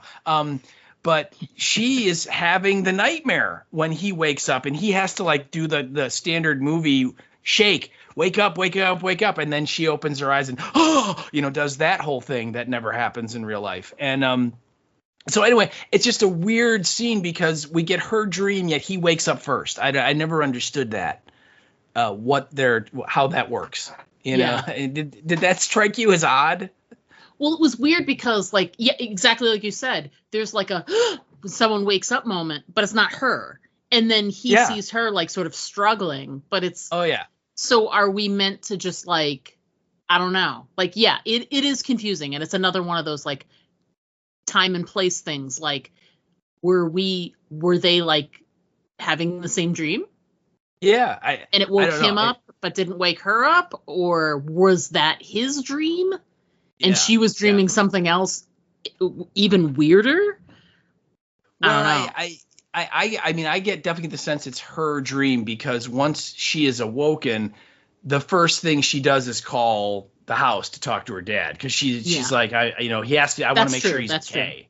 Yeah, and I think again they one of the reasons why they put that in there was for the end of the movie when she goes back to the house with after the Cenobites and everything have shown up because she has to make sure her dad's okay.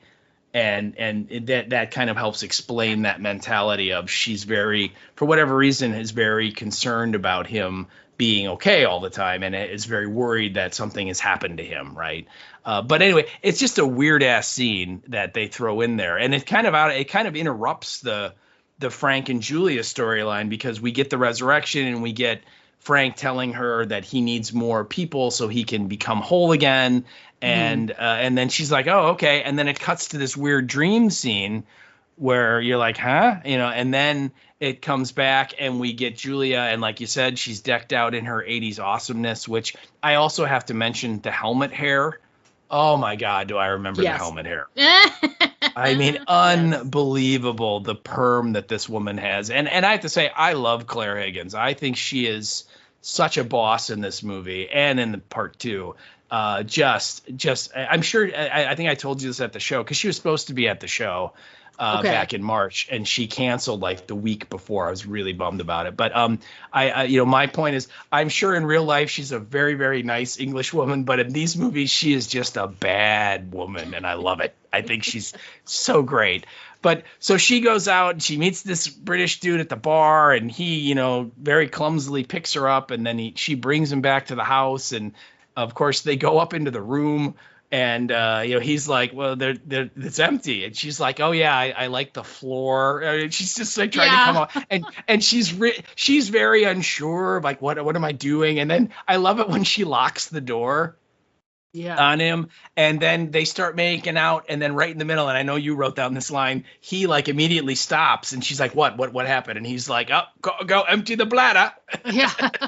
Yeah, gotta break the seal. Gotta empty the bladder. That's right. And so he goes to the door, and of course it's locked. And he's like, "Did you lock the door?" And then she goes and gets, your standard, a chrome hammer, and just clocks him in the back of the head. And then he turns around, and I love this. She smashes his jaw, and this kill is just it's so brutal. And so visceral because when he's on the ground then and he's, got blood coming out of his head, and he's got blood coming out of his mouth, and you see that a lot of his teeth have been broken off and are gone, and he's just like, please don't kill me, and then she just does it again, and she's got blood all over that amazing, pantsuit she's wearing, and Yep. and then of course Frank comes out, and he's like, you don't want to see this, and so she goes outside and out of the room, and we hear him, Frank, doing whatever he's doing, Slurp. and yeah, right, and then she goes into the to the bathroom, and she takes the shirt off, her blouse off, because it's all blood stained, and she starts wiping the blood off her face, and she's looking in the mirror, and just the way she's looking at herself is sort of like she's discovering kind of who she is, and that, hey, you know what? I just killed someone, and I'm kind of okay with it, and it's great. I mean, it's just you see her become this different. I mean, she's always kind of cold and distant in this movie, except when Frank's around. But you see, like, she's like warming up to this idea of, hey, you know what? I'm okay. Yeah, this is kind of my jam here. And I think there's a line in there when she picks up the dude, and I think it's when they're back in the house, and he's trying to start kissing her, and she's, really hesitant and not engaging, and he says something like, come on, there's a first time for everything. And she says it back to him, and it just, with the undertone of, dude, you have no idea what the first time is coming in a few minutes, and I love it. I know. I love that kill. That is one of my favorite horror movie kills, because like I said, it's just so in your face, brutal, bloody, violent, mean kill. Yeah. For her to do that. What did you think about that whole sequence? I loved it, and you can tell too, like I made a comment here that it's clear that she gets to a point where she's starting to enjoy this. It's like opened up this part of her, and it's crazy because then it shows that how well suited, I guess, she is for Frank, because Frank has gotten to that point where he only feels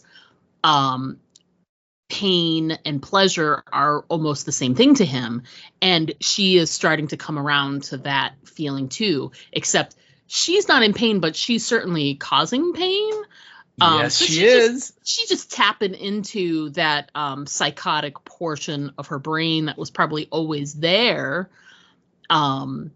which would explain, like, she has these self-sabotaging, she ended up with her brother-in-law in, on the day of her wedding, or like on the weekend of her wedding, whatever, right. She definitely has, a psychotic edge to her, but she really is like, oh, this is the thing that I'm going to enjoy, and just starts to really lean into it, Yeah, she's good. She's very good.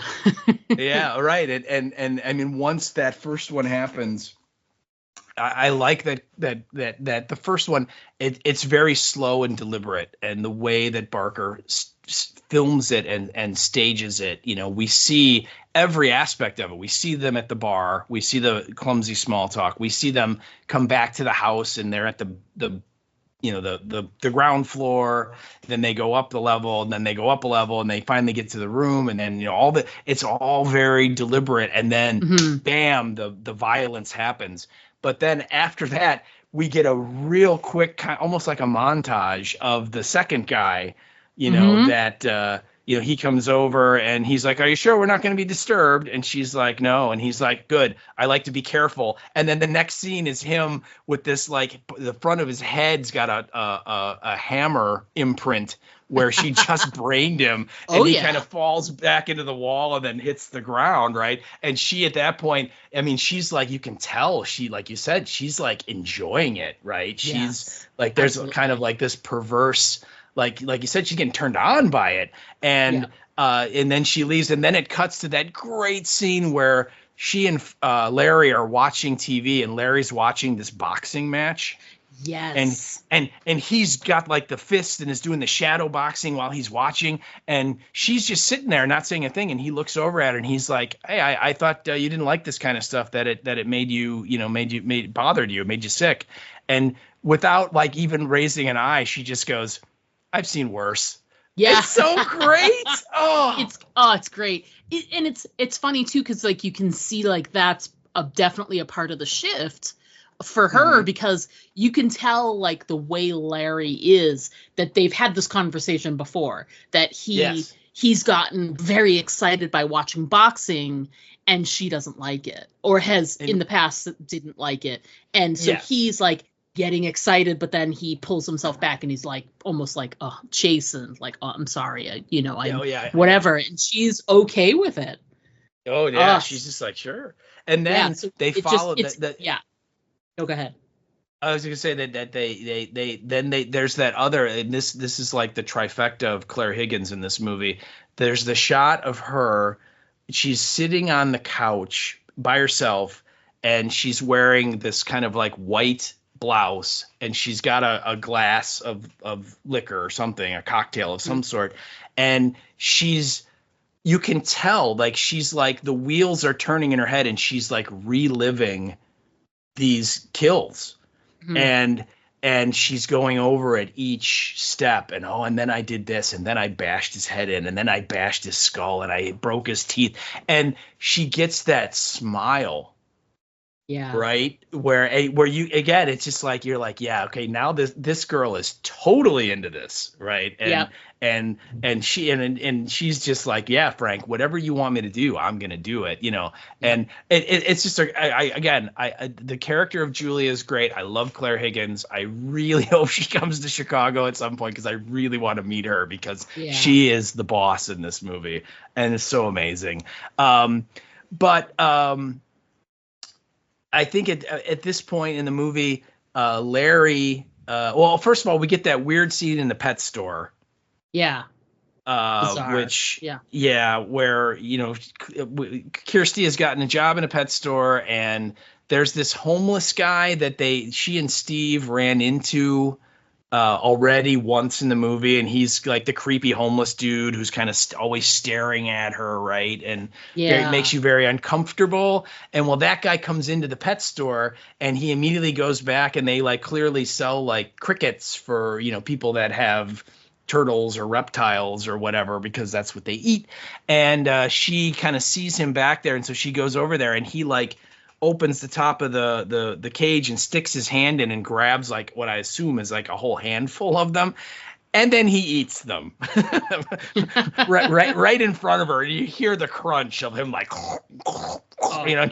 you're like oh and she's like, get out, you freako, and again, it's a weird scene, but again, with how the movie ends, I get it. They want to show that, okay, something's up with this guy and he's not normal, and there's a reason for it, and so on, but it's weird. But then I think that Frank then, like, he has a conversation with Kirsty, and he tells her that things with Julia aren't going great, and that if you could like reach out and try and be more friendly to her, that would be great. That would really. Oh, you mean Larry? Me. You said Frank. Larry. Did I say Frank? I meant Larry. Yeah, I'm sorry. Yeah. So then this kind of sets up the seeds of their undoing, because Kirsty goes, okay, I can do that, and then the next time Julia's bringing back the latest kill, Kirsty shows up and sees her go into the house with this strange dude. Yes. And that kind of, that's not good. And again, as we've already established, Kirsty and Julia don't really get along. They're not pals by any stretch. Right. And so this is sort of like, well, what the hell is this? And again, because Kirsty she's she doesn't need no help. She doesn't need to be protected. She goes right in there, be like, I'm going to confront this woman, and of course, the dead guy, he's mostly dead. Mostly. He kind of comes out and he's like, help me, and grabs Kirsty, and then Frank drags her back in, and then she sees Frank, and and by this point, Frank is like all like red, like blood red, in his appearance, and he has like a lot of the muscles back on his body, but he doesn't have any skin, so he looks like he's glistening and kind of like slimy, right?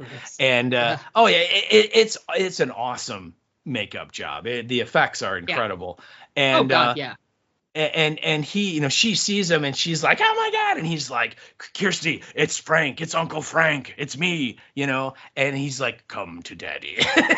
Right. He's like, you've grown up. Oh yeah. Oh yeah. It's immediately. Like, oh God, no. It's like even when he like is skinless, he's still a creep. Right. But anyway, so she's still freaked out and she's looking for something to like throw at him just to get him away from her. And she grabs the puzzle box.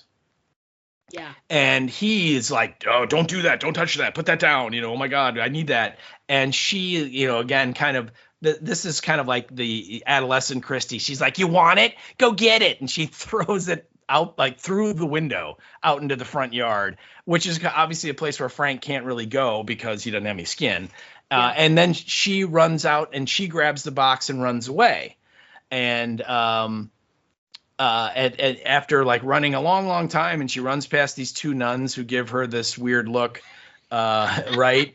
I Remember love that? The random nuns, because she has a little bit of blood on her, not a lot, just a little bit of blood transfer, and she just literally looks like she's losing her mind as she's running away. Yeah. Or committed a crime of some kind.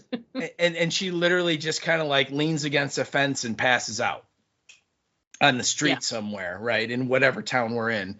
And then it cuts to she's in a hospital room, and this doctor comes in, and oh my God, whatever hospital she's in, never go to this hospital, people. Never, ever go there, because this doctor is the most uncaring, unsympathetic doctor you'll ever meet. Because he comes in and he's like, he pulls the box out of his pocket and he's like, what's this? And she's like, I don't know. And he's like, you were holding on to it like grim death. Maybe it'll jog your memory. And he puts it down in front of her and like won't let her leave. And they lock her in the room. I was like, what kind of a doctor is this? What kind of hospital is this? Right. But so she's like in there and she's stuck. And so like you said, when you're like stuck in a room you can't get out of course you're going to play with the, weird demonic puzzle box. Yeah, of course. Why wouldn't you? Right, and right. You're like, this is new. It's like a toy. You know what I mean? Like, she was in this scene, something bad happened. Someone gave her a fidget spinner, and she was able to sort of play with that to distract herself from the fact that her uncle just appeared to her resurrected, skinless, with no skin. So, she needed to focus on something else. And apparently he's, hooking up with her mother-in-law or her stepmother. Yeah, and found her attractive. Hello, come to daddy. Gross. I know. Gross. Yeah. Right. And so she starts playing with the box, and we get kind of these bad 80 like digital, not digital, but like animated colory effects, right? Like when the box will move a little bit and you get this like kind of like weird cartoony sparks come out of it. It's very 80s. Yeah. Very 80s. I love it. Yeah, I know. And it fits in because the movie is made back then. If you were to use it today, people would be like, ugh, what are you doing? But and so eventually she opens it completely, right? And the top of it opens and it spins and it changes from a cube to a different kind of shape. And then very similar to when Frank did it in the beginning, we see the weird lights coming through the walls. And I believe like the section of the hospital room wall just opens up and there's this like long hallway that appears. Yeah. And, and I know you have a great line about that in your sensibilities. When a mysterious portal opens up in your room when you're in a mental hospital, of course you go through it. Duh. I mean, what else are you going to do? Right. Yeah. And she died. And I have to say, this part of the movie, I always laugh. It just makes me laugh out loud. And it's supposed to be scary. I get it, but it just fails.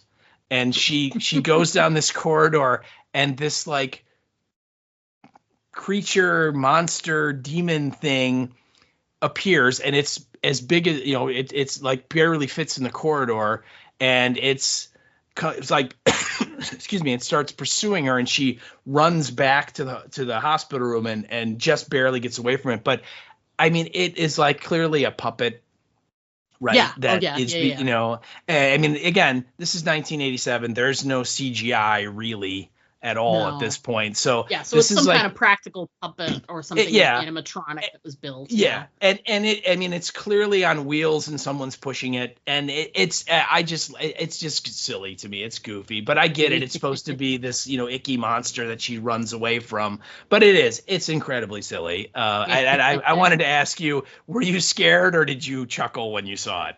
I chuckled a little bit because it felt like something that you would see in your dream. You know what I mean? Like something that's like got all these different elements of scary things all sort of smushed into one. Mm-hmm. And it's not like one specific thing. It's just some kind of like demon that has different things going on.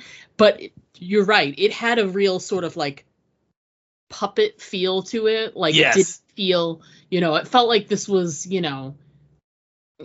Jim Henson's, disgusting brother made this. But what made me laugh actually wasn't even so much that, but it reminded me of, remember on Dead City, like the King of the Zombies thing that was all of them like, sort of mushed together. Yeah. It had like a similar sort of shape to that. It didn't have all the faces and body parts like it did on that one, but it had like a similar shape to it. So I just felt like, part of me wanted to just be like, aim for the head, because then it'd die and you'd be fine. Right. But clearly, clearly Kirsty was not ready for those kinds of instructions. So all she could do was run, which is, very on point for a horror movie. Yeah, I didn't like laugh out loud, but I chuckled and giggled a little bit because of how it reminded me of that other sort of final boss character on the Dead City thing. It totally looked like that to me. That's funny. I always imagine like they're going to shoot that scene and Clive Barker's there and the effects guys show up and he's like, all right, let's see it. And like, they're like, this is the best we could do. And, they pull the sheet off and he's just like, that's awful, but we don't got no choice. Put it in there, because it's very silly. But she gets away from that and the wall closes up behind her and it's gone, but she can kind of hear it, growling or something from behind the wall. And then the puzzle box does another kind of sparky thing. And then all the Cenobites show up. And there's Pinhead. And of course, this is where we kind of get some background on the box and the Cenobites and what is going on with Frank. This Pinhead, which by the way, Pinhead in the book and in the movie here, he is not in the pages referred to as Pinhead. Right. That was a name that the cast and the crew gave to Doug Bradley whenever they're like, okay, we need Pinhead on the set. We need Pinhead to move here for lighting or whatever. It's just, I think he's actually listed as like head Cenobite, like Cenobite leader or something. Yeah. So, absolutely. But anyway, he shows up and she's like, freaking out and she's like, why are you here? And they're like, you open the box, we came. That's how it works, Yeah. And then they're like, and because you open the box, we're going to take you, with us and let you experience, all that there is to experience. And she's like, what if I don't want to do that? And he's like, you open the box. It doesn't, that was your consent, basically. That there's no safe word here. Right. And,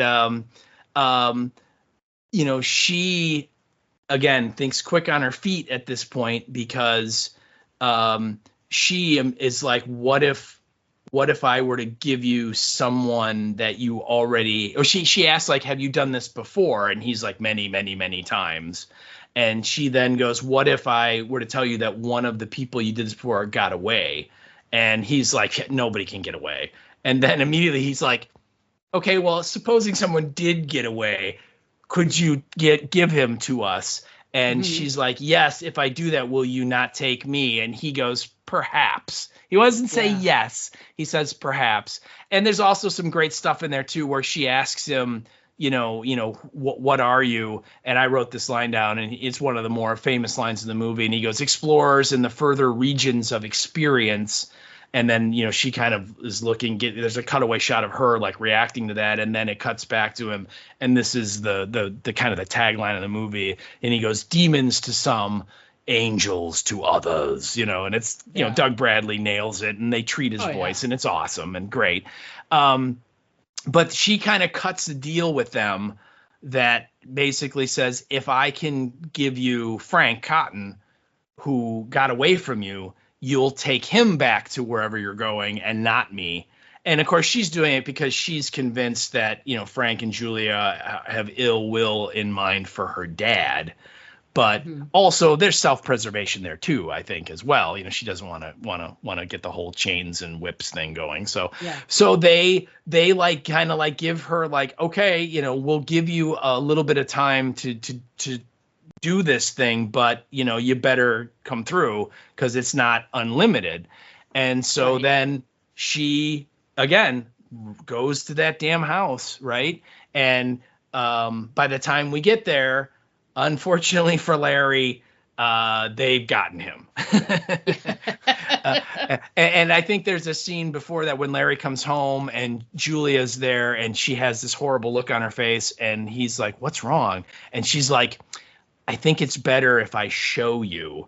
And they start going up the stairs and you kind of know that's all that that's all she wrote for Larry. Yeah, Andy Robinson's, character of Larry on this set is over, and now he's going to be playing, Frank as Larry coming up in the next few scenes. So anyway, she comes over and she, Julia answers the door and she's like, I want to see my father. And Julia's like, all right. And so they come in and, I'm using air quotes now. Larry is sitting up in the bedroom and he's drinking a cocktail, like a glass of scotch or something. And Kirsty runs in and she's like, "Oh, Daddy, I was so worried." And he's like, "No, everything's fine, baby. It's going to be great. We're going to be super happy here." And he tells her that like Julia told me everything and I killed Frank. And Kirsty's like, really? And he's like, yeah, I put him down like the mad dog he was. And totally not a line Larry would ever say. But Kirsty is not caught on at all. And she's like, really? And she's like, yeah. And then it's great too because they for the character of Frank Larry, they took Andy Robinson and like they put like little bits of blood on his scalp and like on the back of his neck, and so you can kind of tell that he like just recently put his skin on. But and again, she's not really savvy to this at all, and she's like, I need to see the body. I need to see Frank just to know for sure. And Larry Frank is like, no, you don't. And she's like, yeah, I do. And he's like, yeah, all right. And so Julia, go show her. And so they go upstairs and, we see the real Larry and he is like skinless and like a big pile of goo. Right. Oh yeah. He looks like previous Frank. Yeah, absolutely. And Julia leaves her in there by herself and the door is closed. And at that point, the Cenobites show up again in the room. And the Cenobites, Pinhead's like, we want the man who did this, pointing to the body, which she thinks means her dad. And she's like, well, no, that's not our deal. You can't have him. And so she runs back downstairs and tells Frank Larry that we have to get out of here. And he's like, no, baby, we're going to stay here. It's going to be great. And then he drops the line on her when he looks at her and goes, now come to daddy. and you just cringe, right? You're like, oh God. And it's at that point that the light bulb goes off and Kirsty is now brought up to current events and knows what's going on. But what I thought was great was she doesn't she keeps her wits about her. Yeah. And it's like, okay, so you're really Frank. I have to get you to admit that you're Frank so the Cenobites will hear you say that you're really Frank and not who you look like. You look like Larry, but you're not him. And so she tries to orchestrate that, and while she's doing that, she and Julia start struggling, and then Frank Larry ends up killing Julia with his knife. Yep. I did have a moment when that happened. Did you? It was it was a little surprising. I didn't expect that to happen the way that it did. Yeah.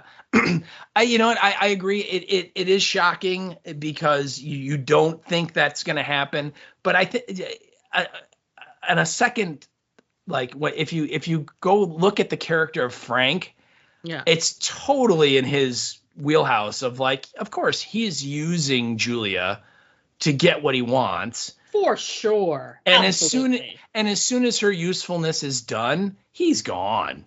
Yeah. You know, she's convinced that they're going to live happily ever after somewhere together, in some other city, in some other place, doing whatever it is they do. And he is like, yeah, you know what, lady, I'm using you because I can.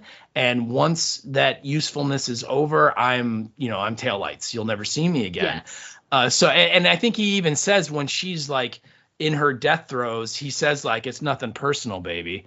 Right. Yeah. And kind of shrugs it up. Oh, and I want to go back because when Kirsty freaks out and tries to run away, there's a great line from Andy Robinson where he goes, well, so much for the cat and mouse shirt. Yeah, no kidding. And I thought that was great. But anyway, that kind of sets up the first conclusion of the movie where they go back upstairs to the room where dead Larry is, and Frank Larry goes, it's me, Frank, Uncle Frank, it's me. And then the Cenobites show up and are like, Frank, we've come for you, and yeah. Excuse me. And then he gets again, finger trauma, people. He gets like a fish hook through like the bit of meat between your thumb and your first finger, right? And it goes right, and there's a chain to it, and it's pulling, and you just know it has to hurt really, really bad. Oh God.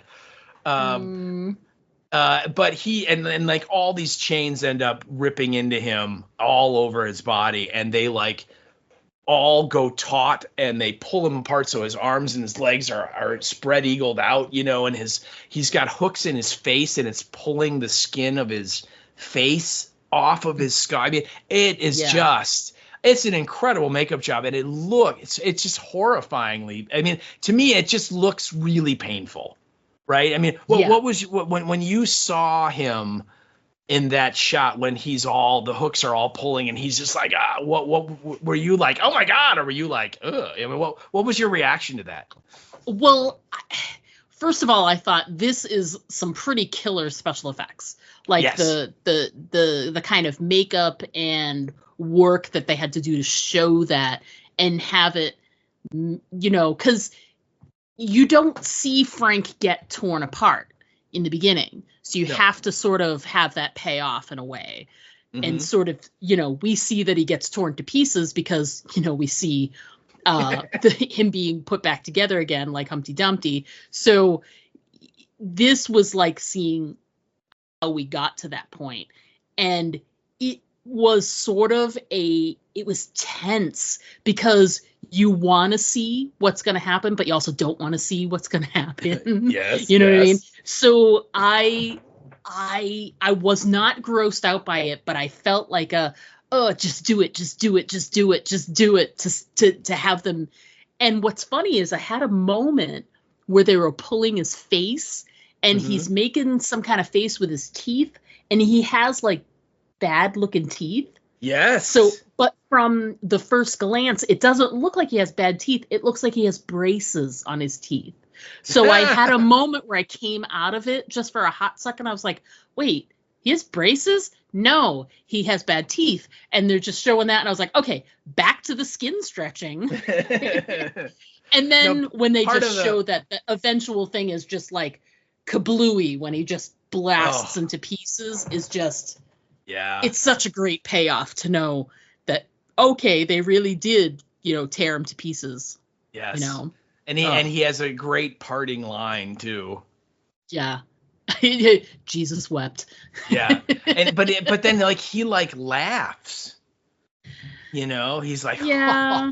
you know what I mean? But and then again, Kirsty is kind of watching all this happen, and then she like very, strategically gets out of the room and closes the door before the final pull apart sequence, so she doesn't get like drenched in blood and gore, right? Yeah, and viscera, right? Yeah, you know what's funny, if you really think about it too, and now what Frank is all about and what he likes and doesn't like, there's an interesting element to that scene, because that, I mean, yeah, Jesus wept, whatever, but there's also a moment where you know that he did derive at least a little bit of pleasure from being pulled apart like that.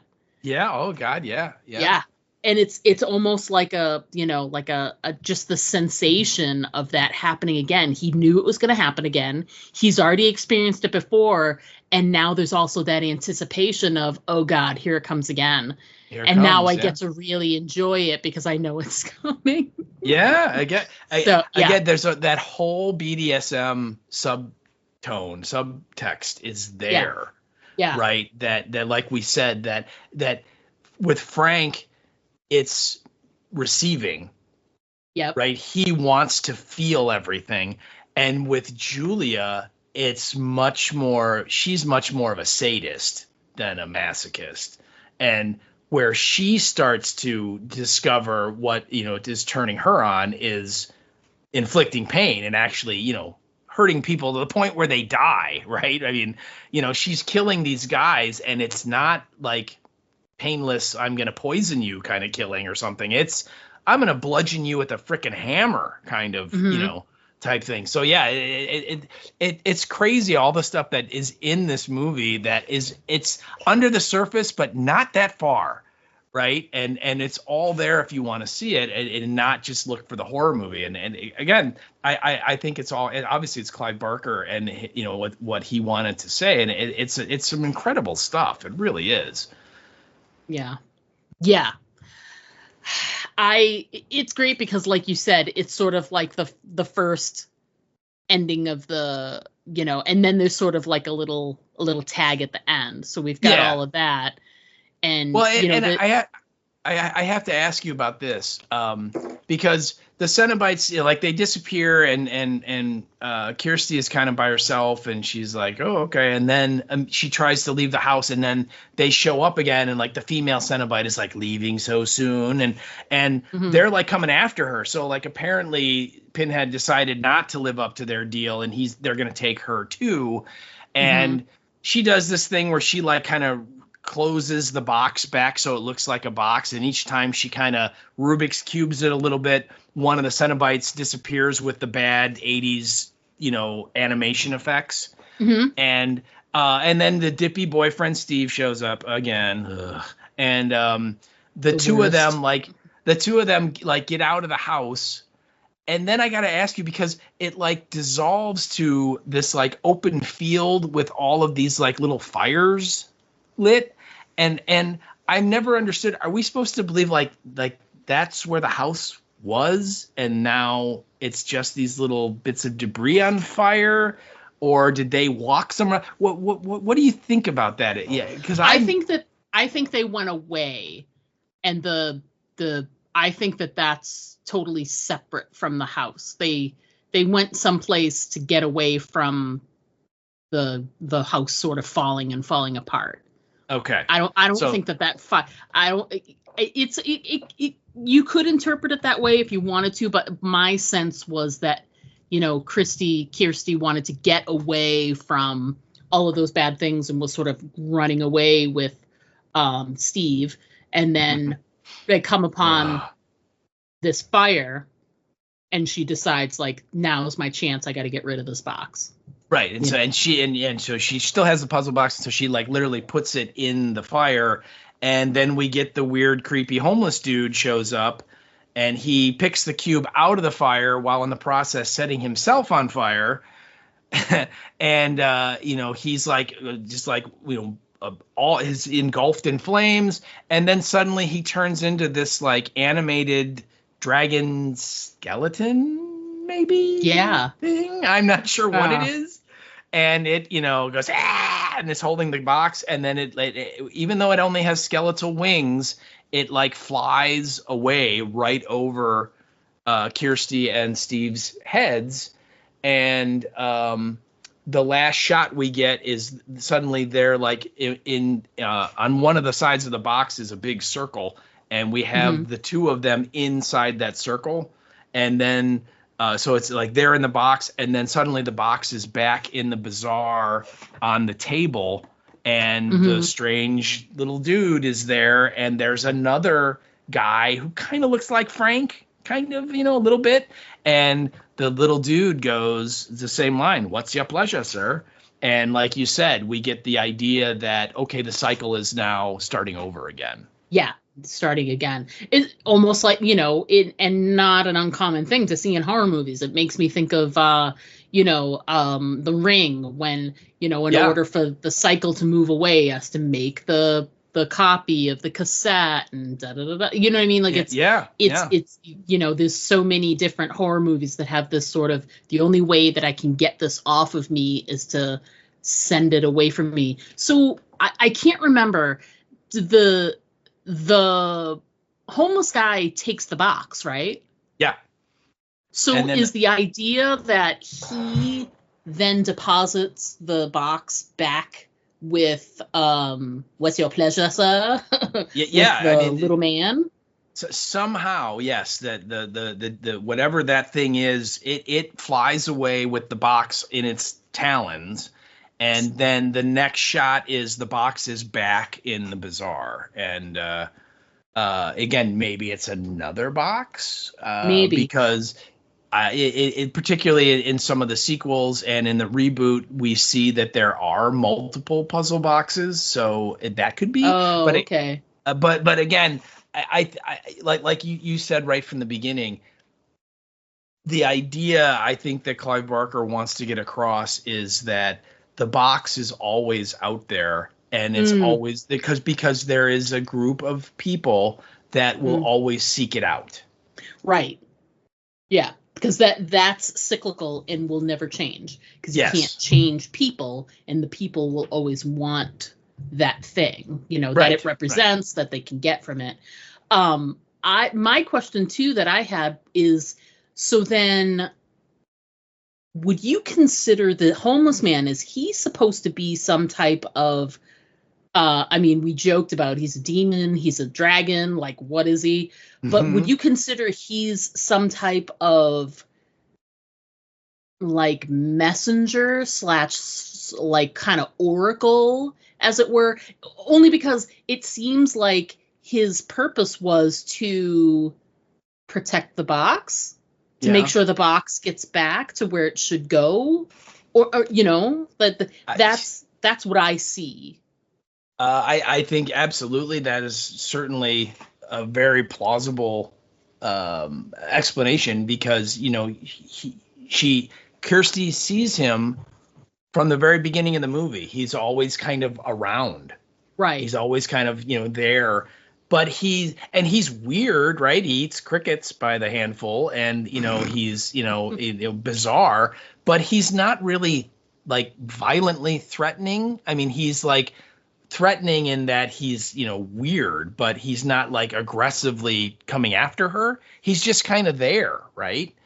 And once she puts the puzzle box down, then he goes over and grabs it and transforms or whatever. So I think that's certainly a possibility. Yeah, absolutely. That once the Cenobites have got their person and they're taking them back to their dimension or to hell or wherever it is that they reside, the box is still here, and it has to somehow get back to the little man or someone like the little man so that the next person can get it. So yeah, I think that makes total sense. Yeah, I think that's very, very possible. Absolutely.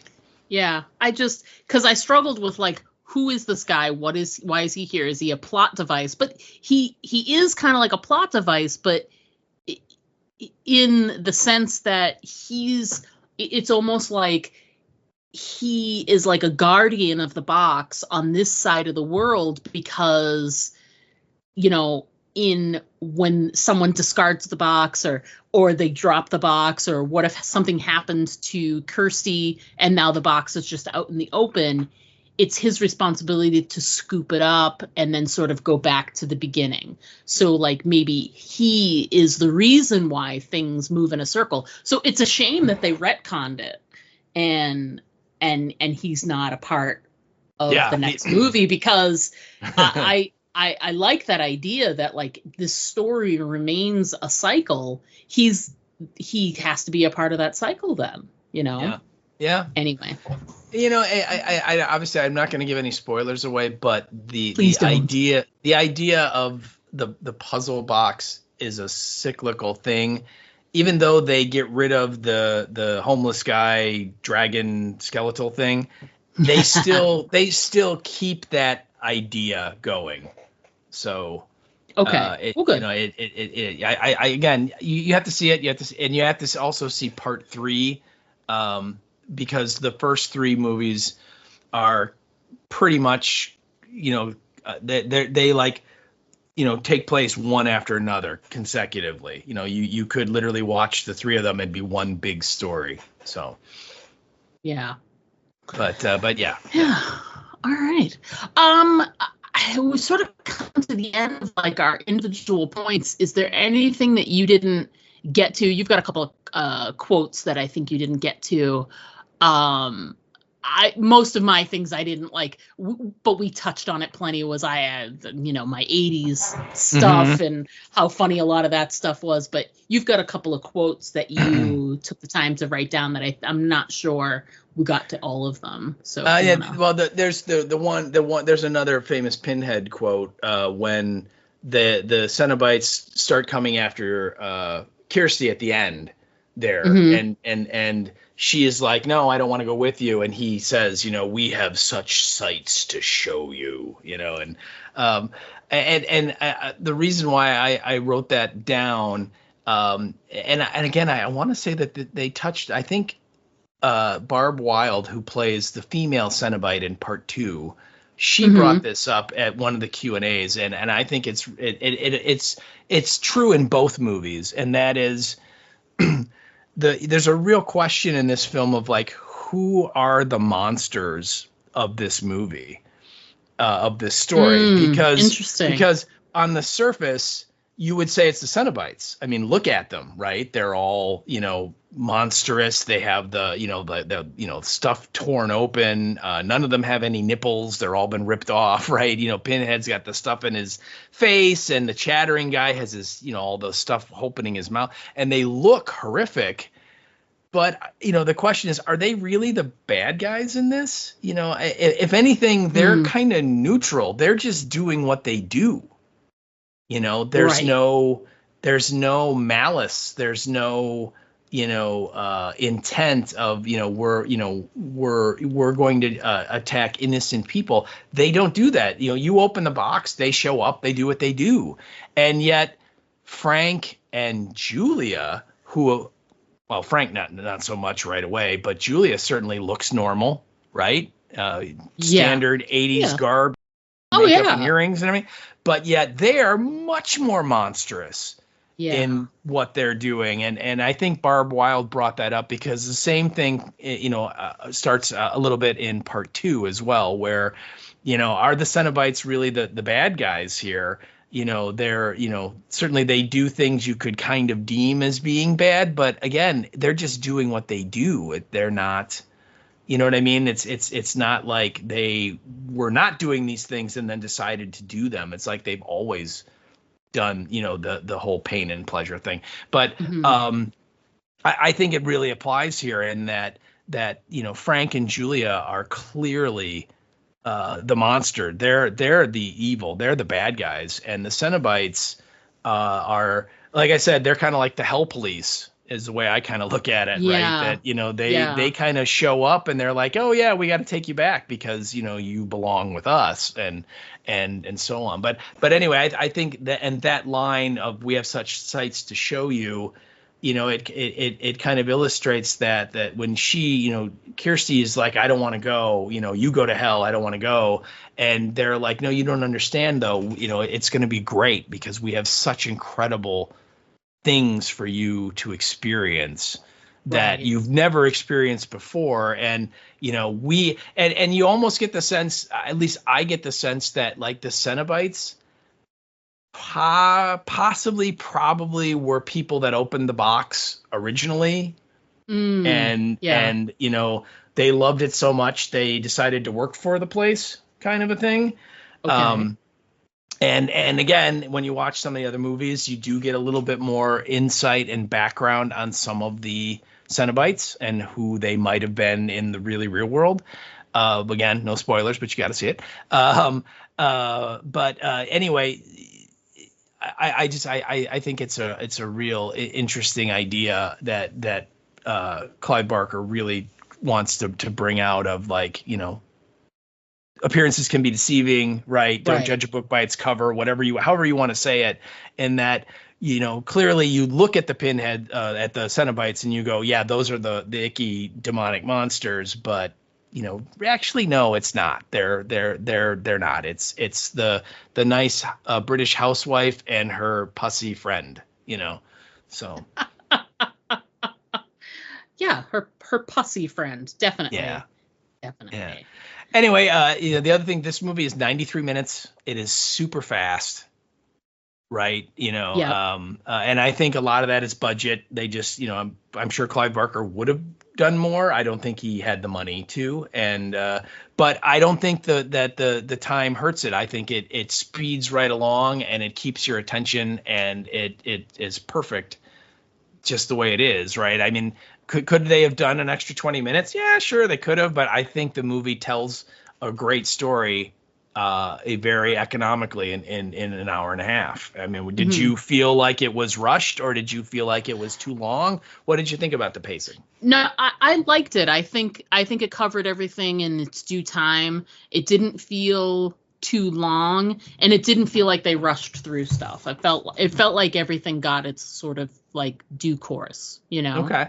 Yeah. Cool. And I'm a fan, like, especially if it's your first time watching something and you don't know anything about it. An hour and a half is really that's a good length, I think once you start getting beyond that, especially for, like, not to, stereotype the genre, but like in horror movies, like in this movie, they could have done a little bit more, like maybe more Cenobite stuff, maybe, you know what I mean? Mostly because this is well written.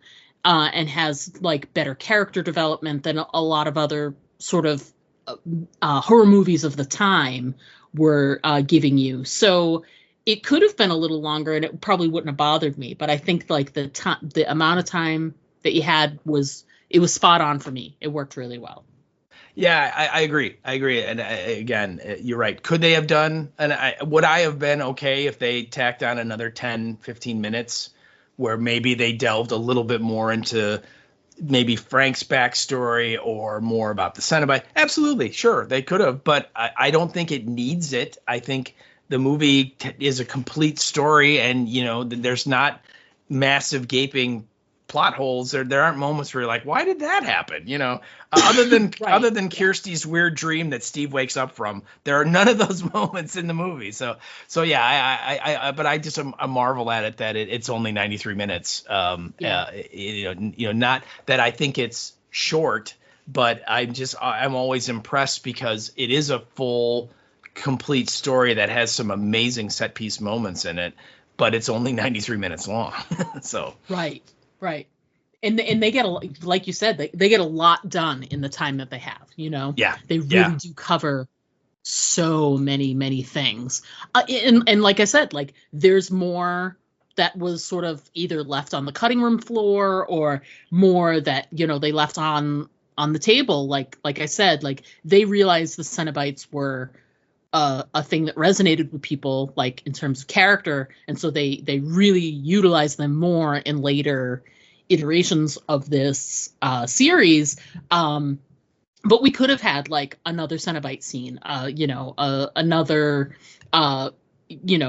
I don't know that we could have done another scene with Frank. Oh my God, he's so gross. But could there have been like, how did Frank even get to that like bazaar in Morocco or whatever? Yeah. And like what was his research into the box? Yeah, and like to me also like another sort of question mark that they could have done the scene. It's okay that it's not there. Is so yes, that ceremony he does with the candles is back at the house. So he went on a plane with that box and didn't open it, didn't touch it. You know what I mean? Like, like I feel like that would have been an interesting scene of like him inside like an airplane, bathroom, trying to keep himself from touching the box. He's takes it out of his pocket, he's put it back in his pocket, takes it out of his, because he wants to experience what this box can give him, and he just cannot wait until he gets back to his house,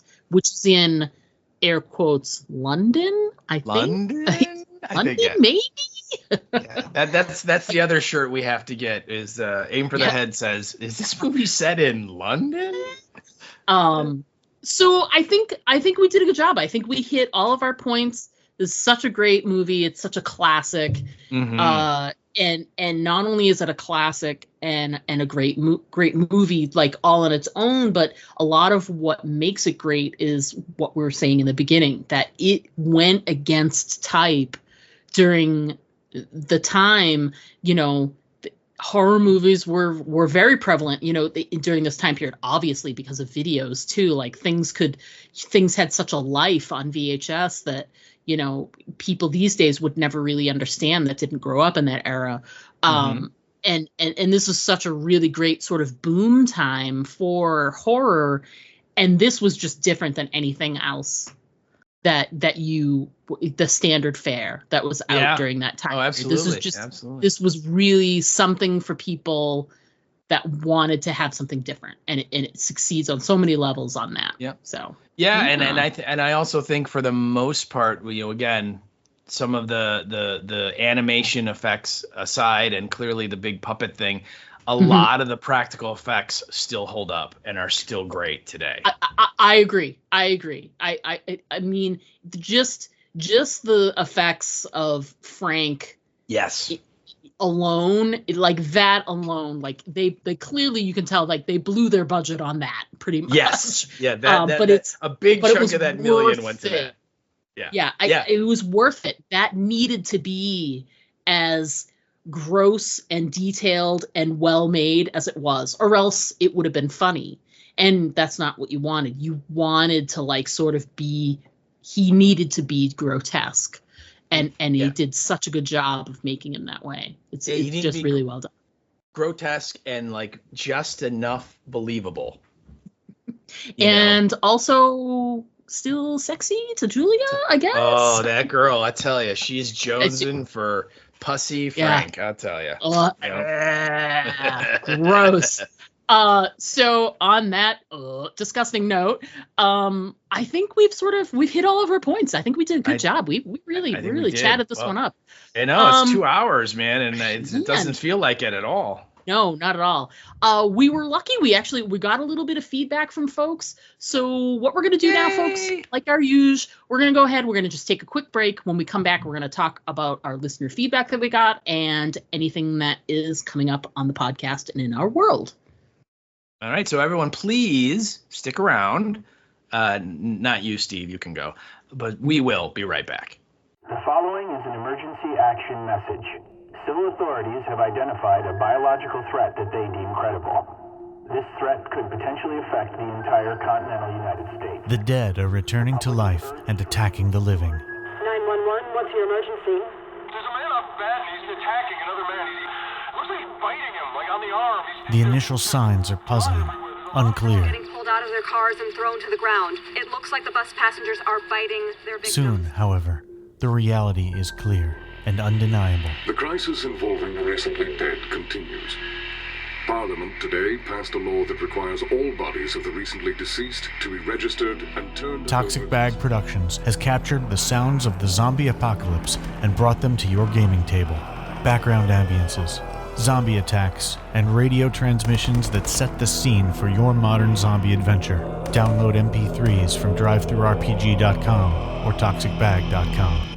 Hi, this is Tom Savini, and you're listening to the Aim for the Head podcast with Diana and Steve.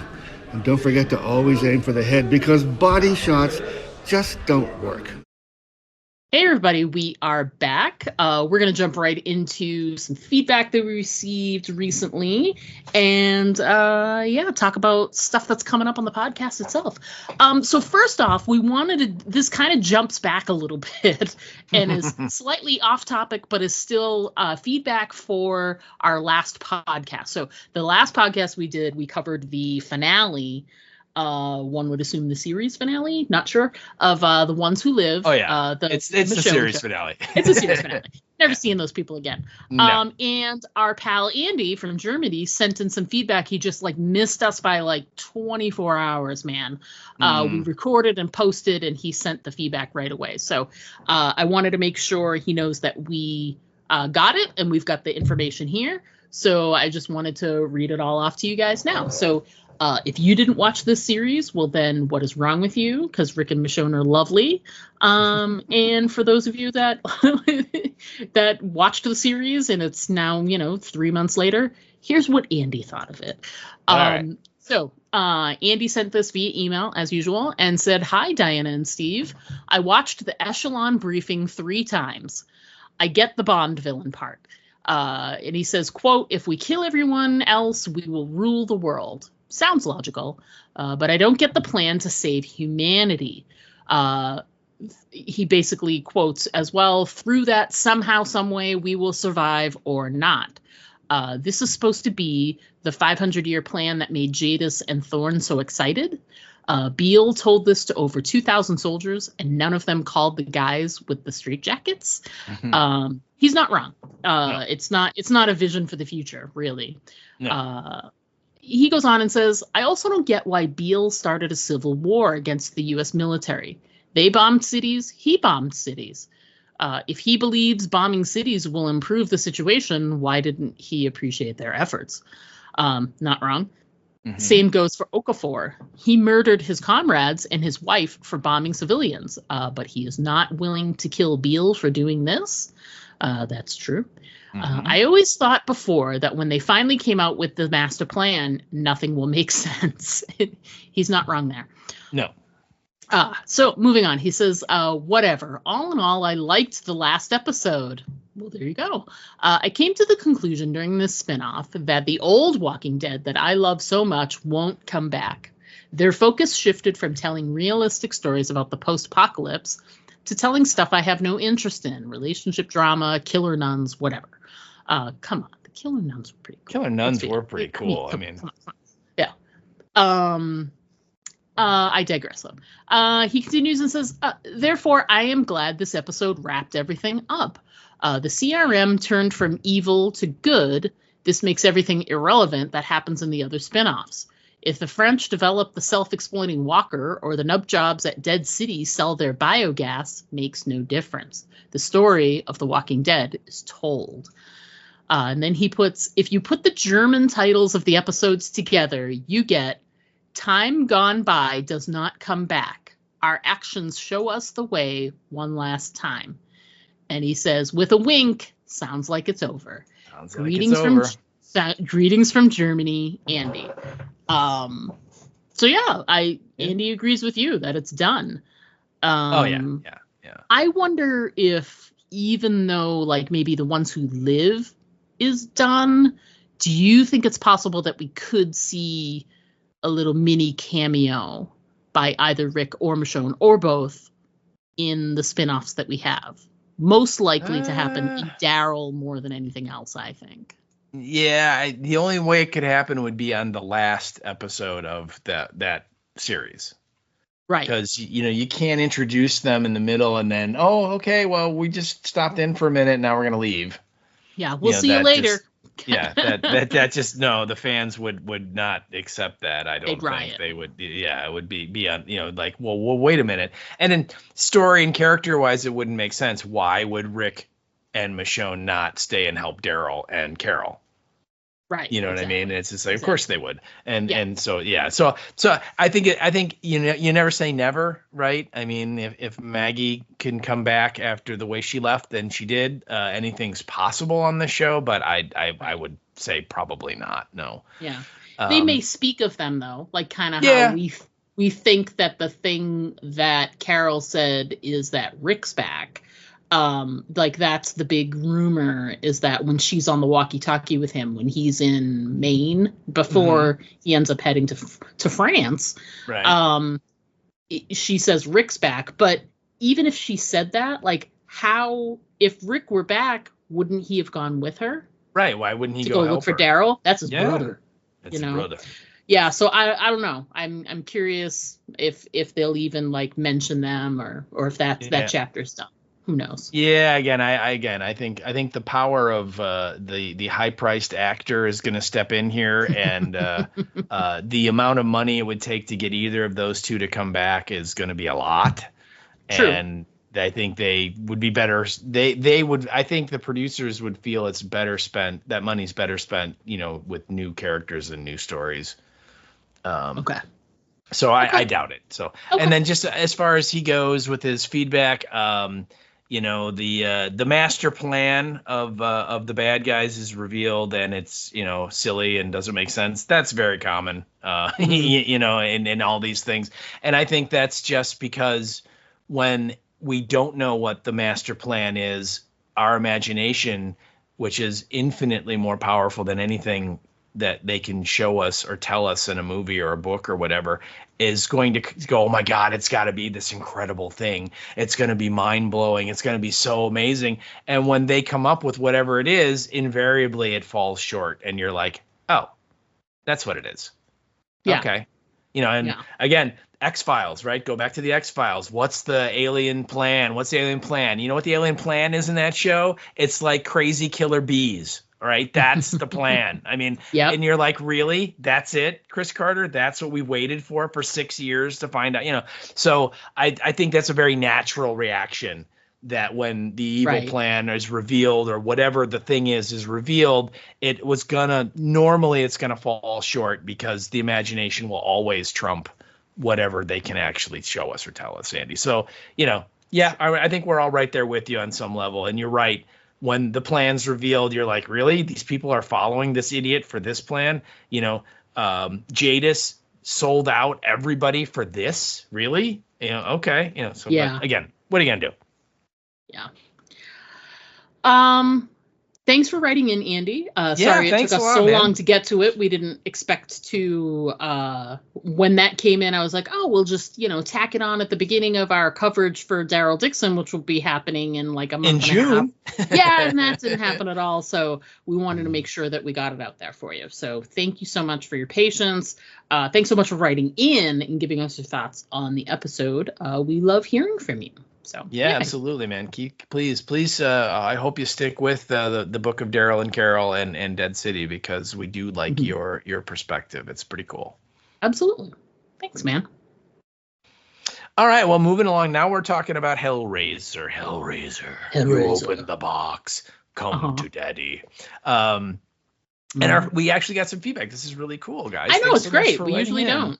Yeah, and this is awesome. So hopefully you guys are listening to this podcast as well and enjoying it. So our first piece of feedback came from our pal Carrie, and this is from at the Bombshell Collective via the Instagram, as I see here.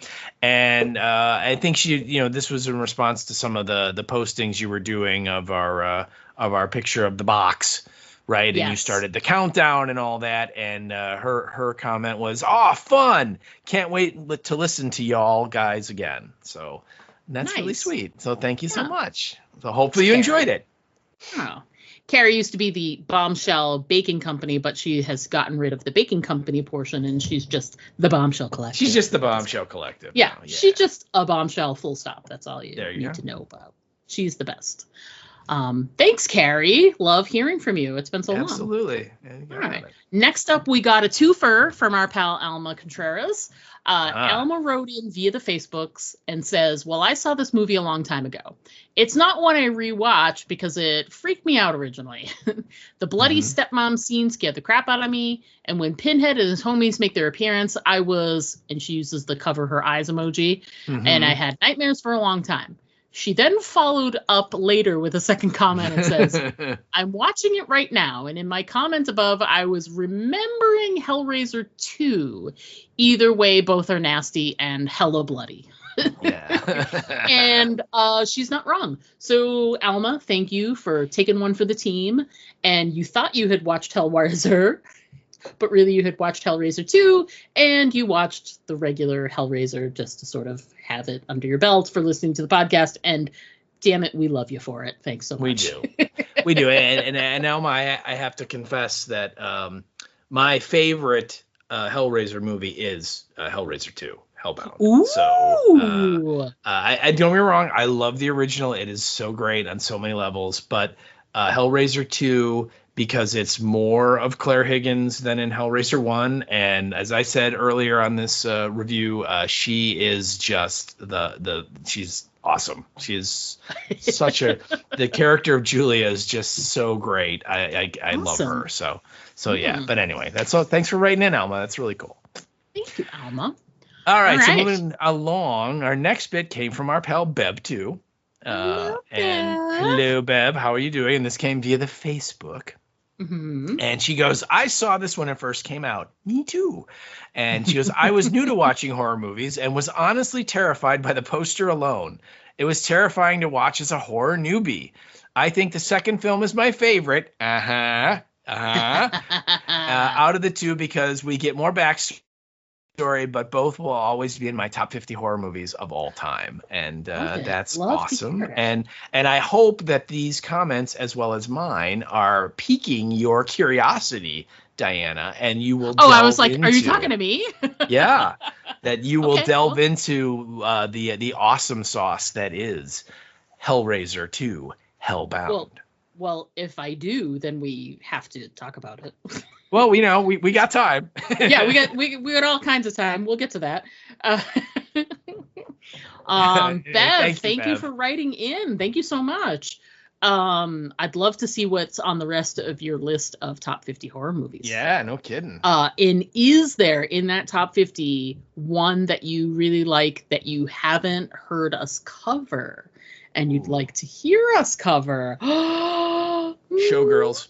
Yeah, that is a horror movie. Oh my god, definitely in the top 50. Yep, definitely scared the shit out of me. Let me tell you, swore me off dog food for a long time. Oh boy, thanks again for writing in, Bev. You're the best, and we hope to hear from you again soon. Thanks so much. Yeah. Next up is our pal Mark Kirkman, who wrote in via the Facebooks. We love Mark. Mark has a couple of his own podcasts as well, and he's a huge horror fan. So Mark wrote in and says, I only got to see this till it was on. So I didn't get to see this until it was on VHS and HBO back in the late 80s. I have fond memories of the movie, even though the movie was gory. I started reading The Hellbound Heart when I heard the movie was an adaptation of it. It still holds up with its practical effects from back then. I agree. Douglas Bradley is forever Pinhead to me. He's also a nice man to talk to when you get to see him at conventions. I agree. I agree too. This little bit, I got to be on a private Zoom call with him a few months back to try and get him on my podcast. Apparently, I was just there to help him with his audio and video for someone else's spotlight show, LOL. I look forward to hear your thoughts and memories when you guys record the podcast. Well, that stinks. Well, at least you did get to talk to him. I mean, yeah, you get to kind of hang out with them. Yeah, you didn't get to have. And that conversation you had while you were on that call is probably more than you would get at a convention, and not to say that wouldn't be a good conversation at a convention. You probably he seems like he is a good. Have you talked to him at conventions? Oh yeah. Before? Okay, because I know he is a talker. He is a storyteller, and he is one of those guys that really loves to interact with the fans, and he will, there could be 100 people online and he will talk to you for 25-30 minutes because he wants to. Yeah, he's Those great. are my favorite people. Because I know, so the thing is that these guys, that's what's sort of the germinating thing that happened, why we even covered this, is when Days of the Dead was back a couple of months back, they had a really good reunion. It literally was all the Cenobites. And it was all the Cenobites. It was Ashley Lawrence who played Kirsty. Claire Higgins was supposed to be there, and she canceled it the week before. I was so bummed. Plus Clive Barker. Yeah, Clive Barker was there, which was a huge thing for everybody. And they, so many people that got to see him. He was such he had so many fans that were just so delighted to be able to take pictures and be with him.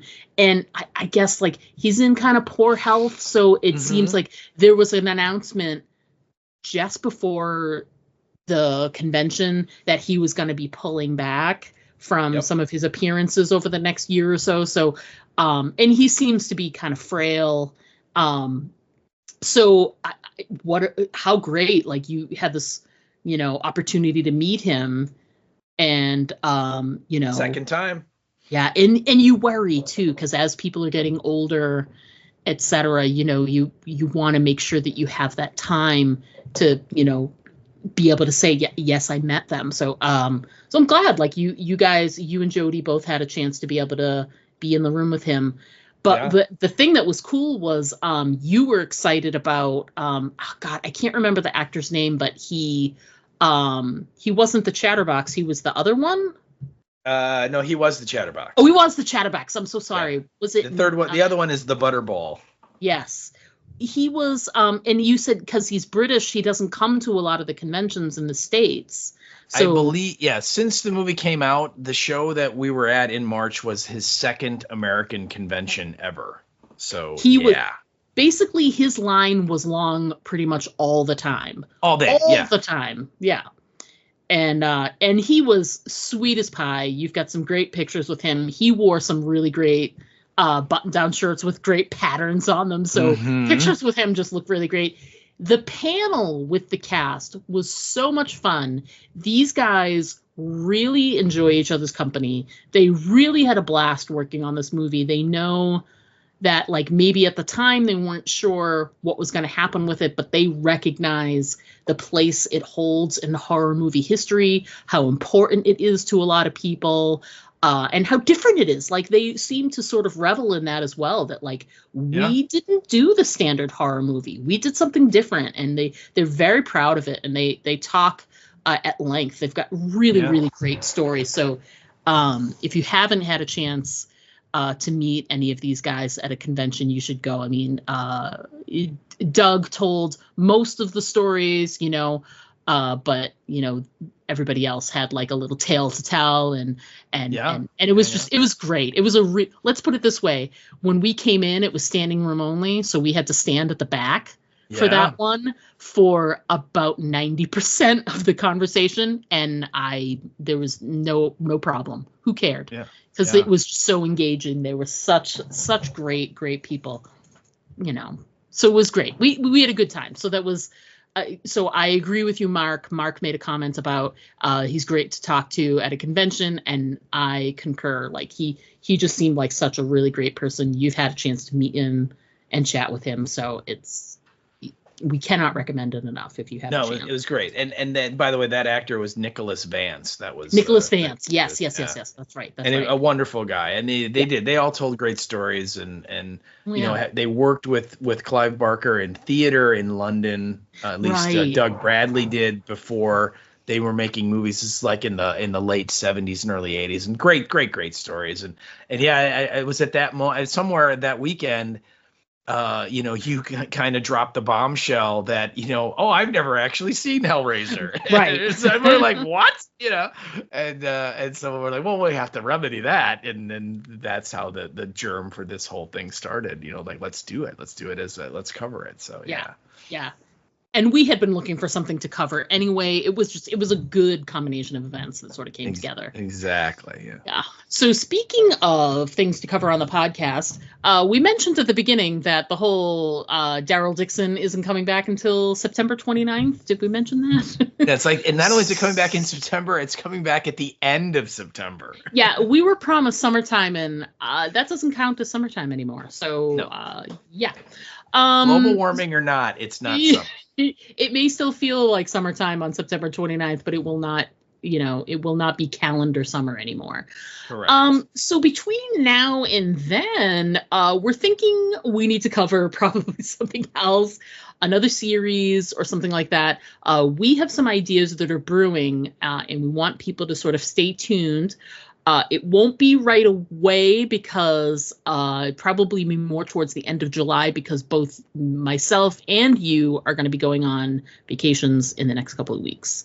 Yep. So we'll both be out of town, but we're thinking we're going to regroup probably the end of July at some point, and we've got a couple of things that we've had on our own personal lists to cover. So hopefully we should be able to cover something interesting for you guys in the future. And when we do, we'll obviously let you guys know what's happening, so that if it's something you've never seen before, you can, start watching and start giving us some feedback. So we'll be on the up and up on that. So coming up, so we did, in the meantime, we did attend C2E2. Oh my God. Which was great. That was a great weekend. We only went on the Saturday, though. Yes. Because there wasn't there was a decent amount of people to see, but we knew you could sort of get your autographs in like one day, so we didn't need to go multiple days for that one. Well, for me too, it was just a more of a financial thing, because there are shows coming up in August that I'm going to have to sell a kidney for, just for the number of autographs I want to get. And so, I kind of, it was weird. C2E2, they for the longest time announced very few guests. Yes. And they were like animation sure we were people. Gonna go. Yeah. We were like, we could go and just kind of, but I don't. And then literally about 3 weeks before the show, they just every day, and this person's coming, and this person's coming, and that, and it was like, oh my God. And so I kind of boiled it down to the two people I wanted to meet were Tom Skerritt and Veronica Cartwright from Alien. And so we just bought Saturday passes, and we went, and we stood in line for those two folks right away on Saturday, and then it's basically got them, and then spent the rest of the day just shopping and eating and having a great time, but not really do the whole guest thing. But yeah, Tom Skerritt, Veronica Cartwright were adorable. They were delightful, right? Yes. Tom Skerritt, I believe we looked it up. He's like 82 or something. And he looks just like him. He looks just like him, but he's like white haired. Yeah. Imagine him from Alien or Top Gun or Picket Fences or whatever. And it's Tom Skerritt, but he's got all his hair is turned white, but he was great. He was very fun. And Veronica Cartwright was awesome. And she told I had her sign an Alien poster, and I also had her sign a Invasion of the Body Snatchers poster, because she made both those movies back to back, Invasion and then Alien right after it. And she told this great story about Donald Sutherland, which of course really sucks now, because Donald Sutherland just passed away last week. But she told this wonderful story about him and his hair, this perm that he had in an Invasion of the Body Snatchers, and it was really fun, and she was really great, and a wonderful time, and again the shopping and the vendors at C2E2 are always great. And so much, you can never see it all in one day. We did the best we could and powered through, and I picked up a lot of Walking Dead comics that I wanted, and you did really good. Yeah, I did, and you guys were able to do your shopping. You're always looking for cool t-shirts and leggings and all of that, and And I got that awesome Jurassic Park light for my wife. Oh my, yes, you did. You won massive points. So good, so good. Yeah. Yep. So yeah, and I think, didn't you run into an old pal of yours? Yeah. My old pal Charles. He works at Graham Cracker Comics in the city, and he's a working actor, and his day job is working at a comic book store. I mean, he's great. What a great conversation we had with him, talking about theater and stuff, but also comics and geeky things, and like taking him away from paying customers. You know? Yeah. Which was People great. are like, excuse me, and he's like, just a minute. He's like, hang on a second, I'm catching up here with people's. So it was lovely to see Charles, and he's a delight. He just was absolutely delightful, and it was great to catch up with him. I haven't seen him since I moved out of the city, and it's nice to see him working. He's been doing some commercials locally for he's in the Feltco commercials locally. Cool. Yeah. There's one version that's hilarious where there's the it's basically saying, like, you know, if you've got a guy that can do your windows, you got it, but they're not insured or whatever, and he's the guy that's like the guy on the couch that's like, I get to it later. Yes, yeah, and he goes on the couch and he's like, I'll finish this up later, and he's, you know, the dramatic, like, watching TV with the popcorn and everywhere and whatever, and so that's Charles. So it was great to talk to him. That was a lot of fun and so surprising, but such a lovely little surprise there.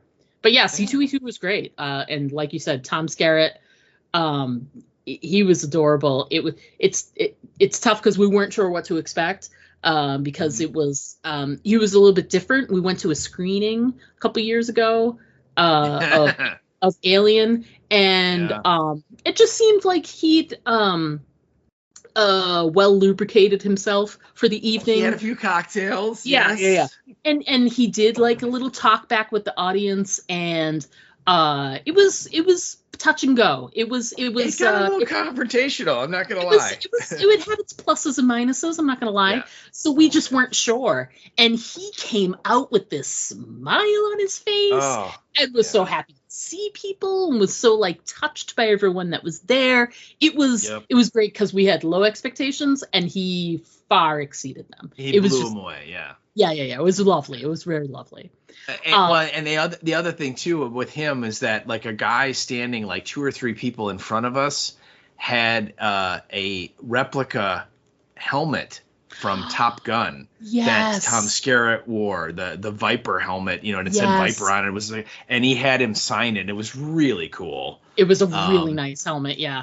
Oh, so cool. And then that other dude, he had like either a laser disc or like a soundtrack record from Alien that he was having signed, and he had like stalked Sigourney Weaver and she did like a talk for something, like a panel or something, you know, non-acting related or something, and he went to it and found her afterwards and had her sign it, you know, because she doesn't really do if she does shows, she goes to like San Diego, maybe. She doesn't really come out here yet. I mean, I haven't seen her out here, but yeah, so that was really cool too to see. I'm like, oh my god, is that, you know, he had it in his hands, and I'm like, oh my god, that looks like Sigourney Weaver. And he heard me, and he's like, oh yeah, and I'm like, damn, how'd you do that? So yeah, it was that was a great story. Very exciting. Yeah.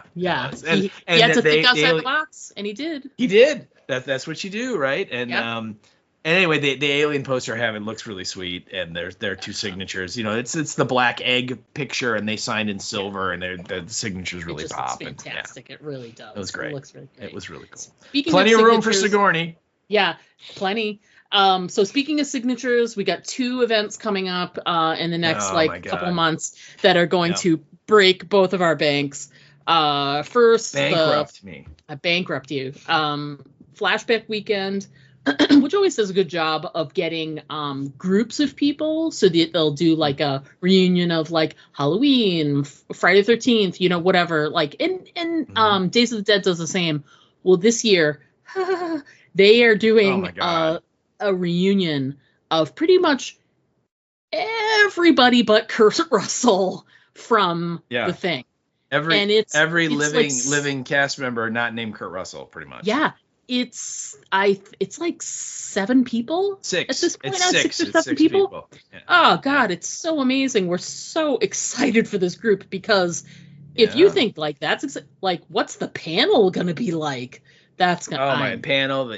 They're already they've put up photo ops on sale, and they're gonna have like either mats or background shots of like the camp.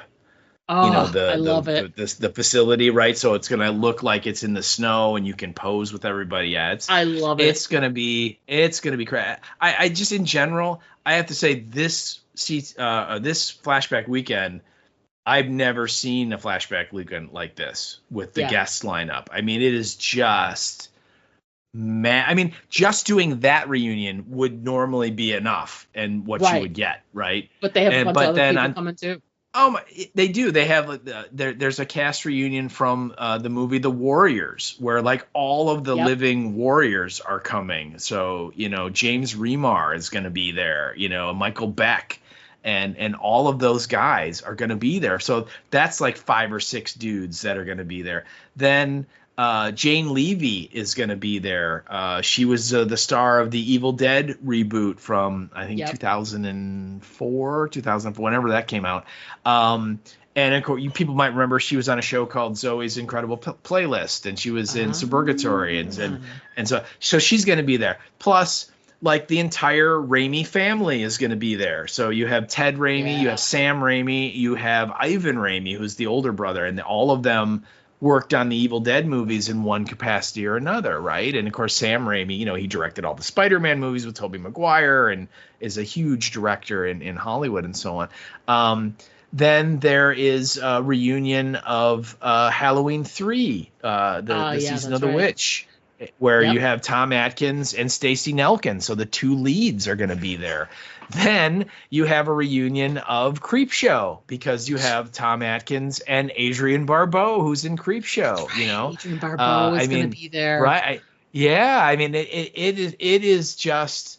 I mean, and there's a ton of other people too from other movies coming. I mean, it is an insane list of guests, and I have heard from people in the know that they're not done, that there are more people they're going to announce in the next couple weeks. It's it's insane. If these movies mean anything to you, this is like a once in a lifetime chance to go and actually see these people. And I've got my Thing poster all ready to go.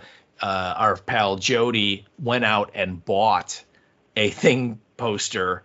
Because she is not a big autograph seeker like I am, but she's like I'm getting something for this, right?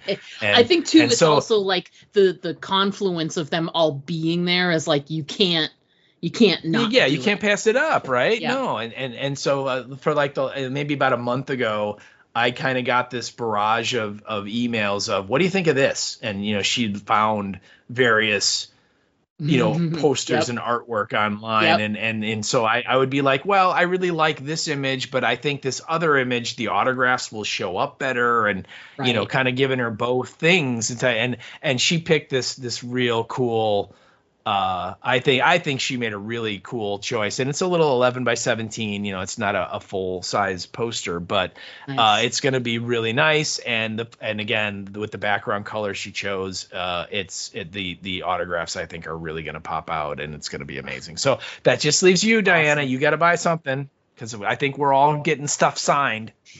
Yeah, I don't know about me. I'm not a signatures person, but I might have to get pictures. Have to get a picture. Yeah, with Adrienne Barbeau. Hello. Oh my God, I know. Swamp Thing. I know.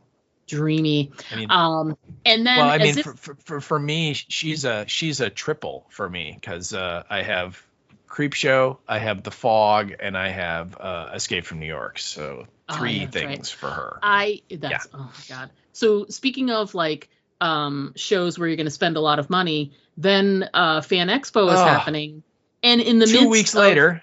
Yeah, 2 weeks later, without any chance to sort of pay off your credit cards in any way, then all I can say to you is Shannon Doherty which is like one of your like white whales to be able to get, is happening at the same convention where Mark effing Hamill is coming to the convention. Mark Hamill's coming. Yes, Mark he Hamill's is. coming. Now, we don't have Mark Hamill money, let's be honest, because, oh my God, the prices.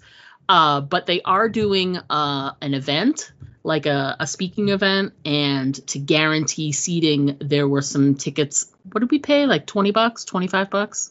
It was 30.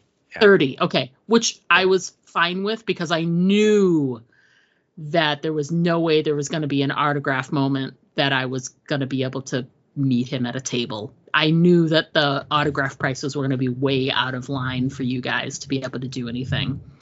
Yeah, hundreds and hundreds and hundreds of dollars. It's insane. It's out of control. But to guarantee a seat at the evening event for $30 and still be able to see him in the flesh, I'm okay with that. I think that that's going to be a lot of fun and less stressful. And then you can focus on spending your money on. So we get the Mark Hamill that we can afford. Mm-hmm. And then you get to spend your money on all the other people that you're going to be able to meet, because it's like Shannon Doherty is at the top of the list, but there's tons of other people that are coming to this show. Shannon Doherty, Linda Hamilton. Oh my God, that's right. Linda Hamilton's coming, which is going to be great. And then what else? There's there's a big Scream reunion, and so I want to get oh man, I'm blanking on the guy who plays Shaggy in the Scooby-Doo movies. Matthew Lillard is going to be in there. Matt Lillard, Matt Lillard's going to be there. So I want to get him. I do not have him yet. And then there's also like Lance Henriksen and Michael Biehn. So you have a Terminator and an Aliens thing going on.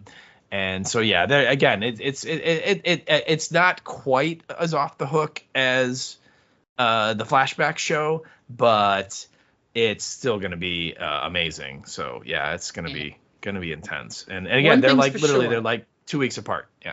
Yeah, and one thing's for sure, at flashback you deal with like a smaller crowd size usually because of the size of the space, the capacity they're at. So you're gonna wait in line for autographs, but they're not gonna be the same as like we will probably at Fan Expo take one of the days of the 3-day weekend, and that is clearly going to be just standing in line that day. Yeah.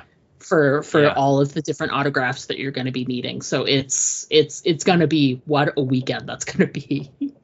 I'm going to have to take some days off from work. That is for sure. But we'll have, when we get closer, we're going to have lots more info on that. And obviously when it's done, we'll have stories, I'm sure. I can't wait. Oh yeah. And hopefully some pictures we can post as well. Yeah. We'll see. We'll see how friendly people are at their tables. We'll see what we can do.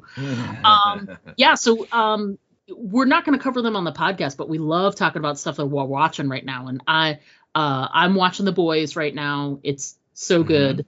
I mean, when is that show never good? I was watching it the other night, and I put on Facebook that I just don't understand how these actors just don't get the big award nominations.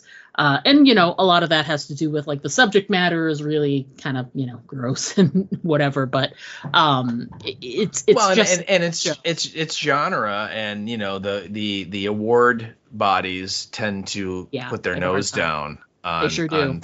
It's not drama, Yeah, but I don't know. If you're watching this season and I just don't like Anthony Starr, and the work that he does as Homelander is just out of this world. There's, nobody's doing that kind of work on TV right now as a villain. Not anymore.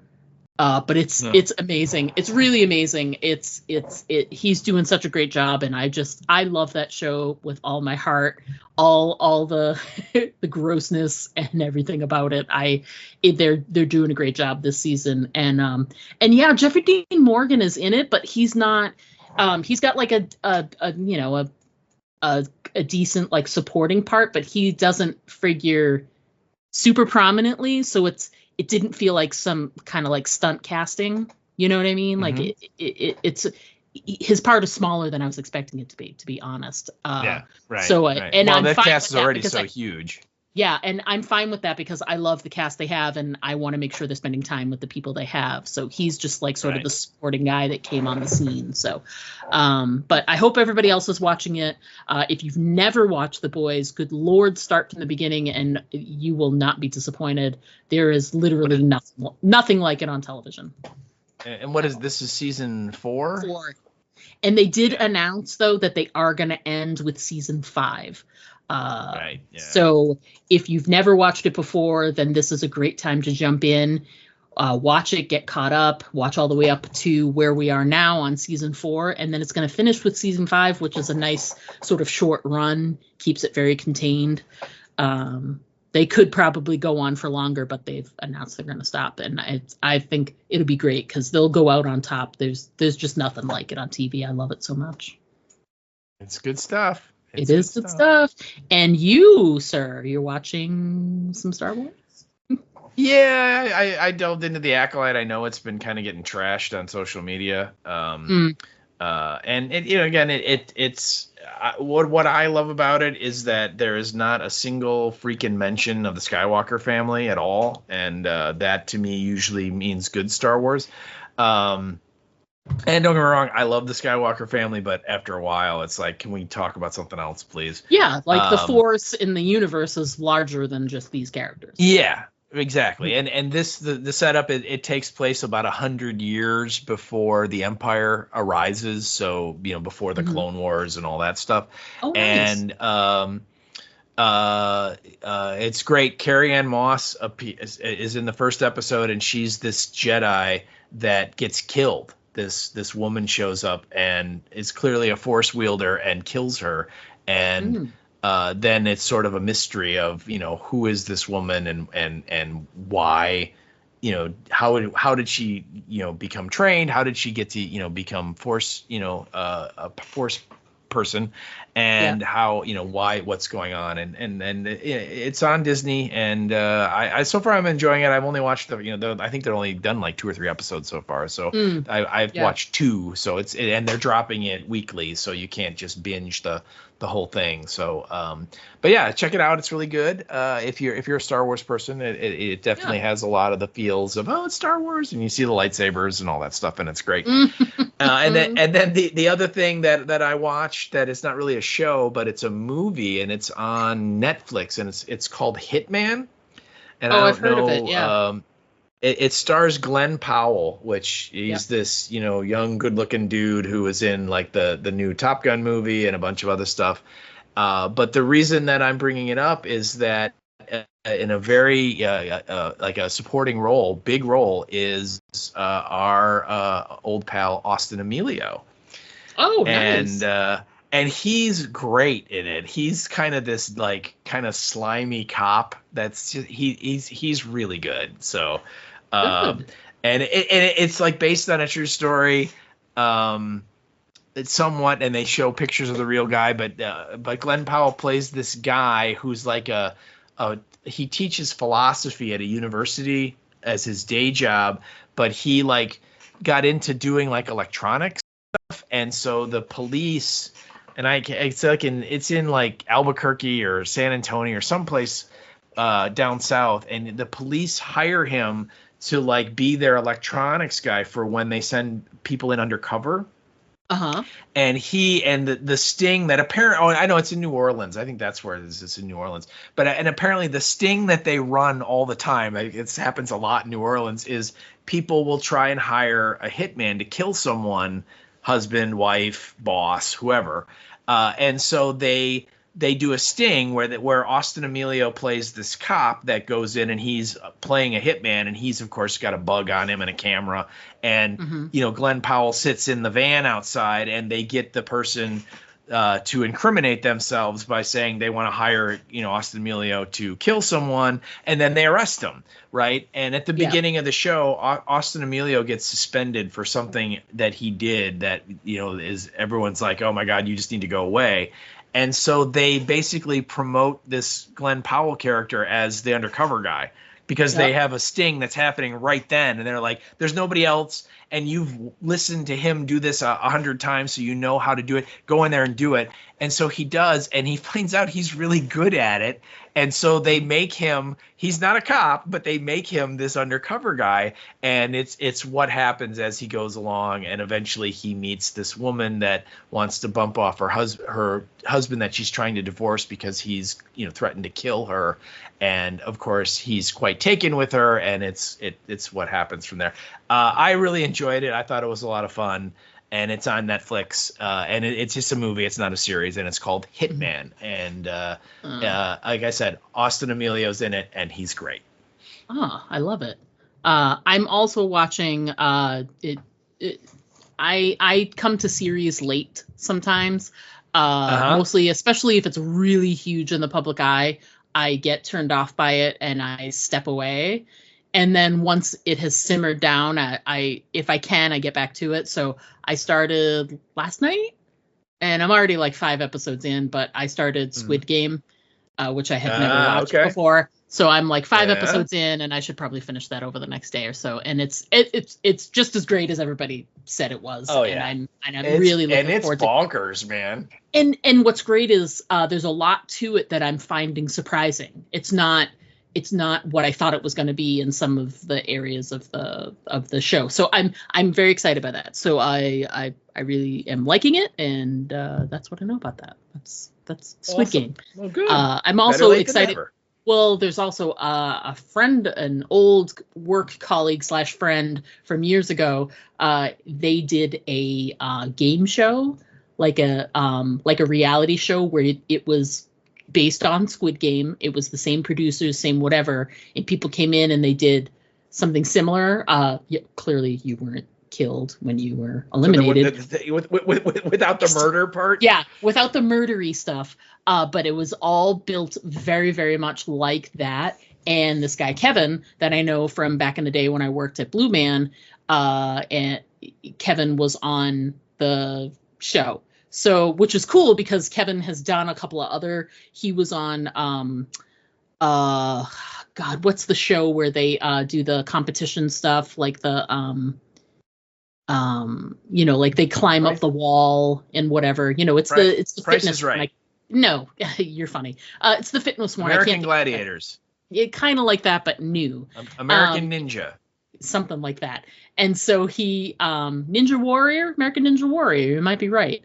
Anyway, so he was on that, he competed on that, and he did that thing when remember then they did it like 2 different years in a row where you live inside the Museum of Science and Industry for like a month or something, and they did pictures of you living inside the museum for a month. He did that here at Museum of Science and Industry in Chicago. So I'm looking forward to watching. Excuse me, I believe it's now called the Griffin Museum Science of Industry. Oh yeah,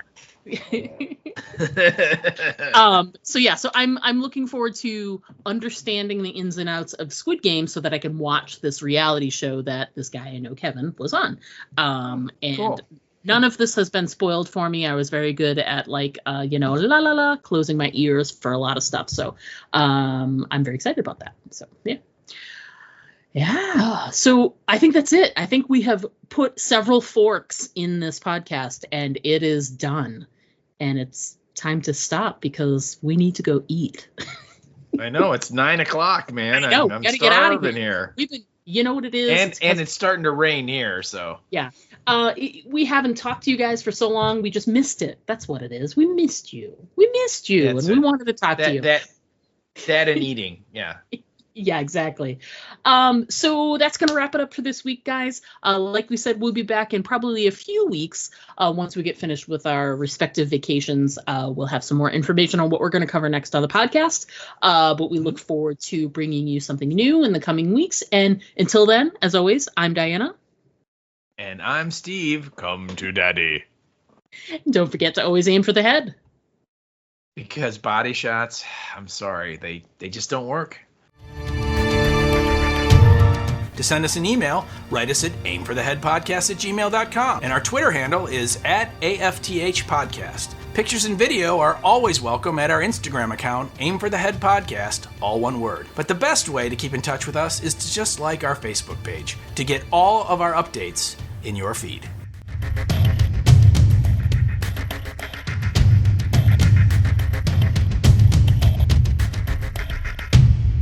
So, should we get rolling? I think we probably should try if we can remember how to do this thing. I mean, see if we can do this. I wanted to let you know that you are currently being recorded. Oh my God.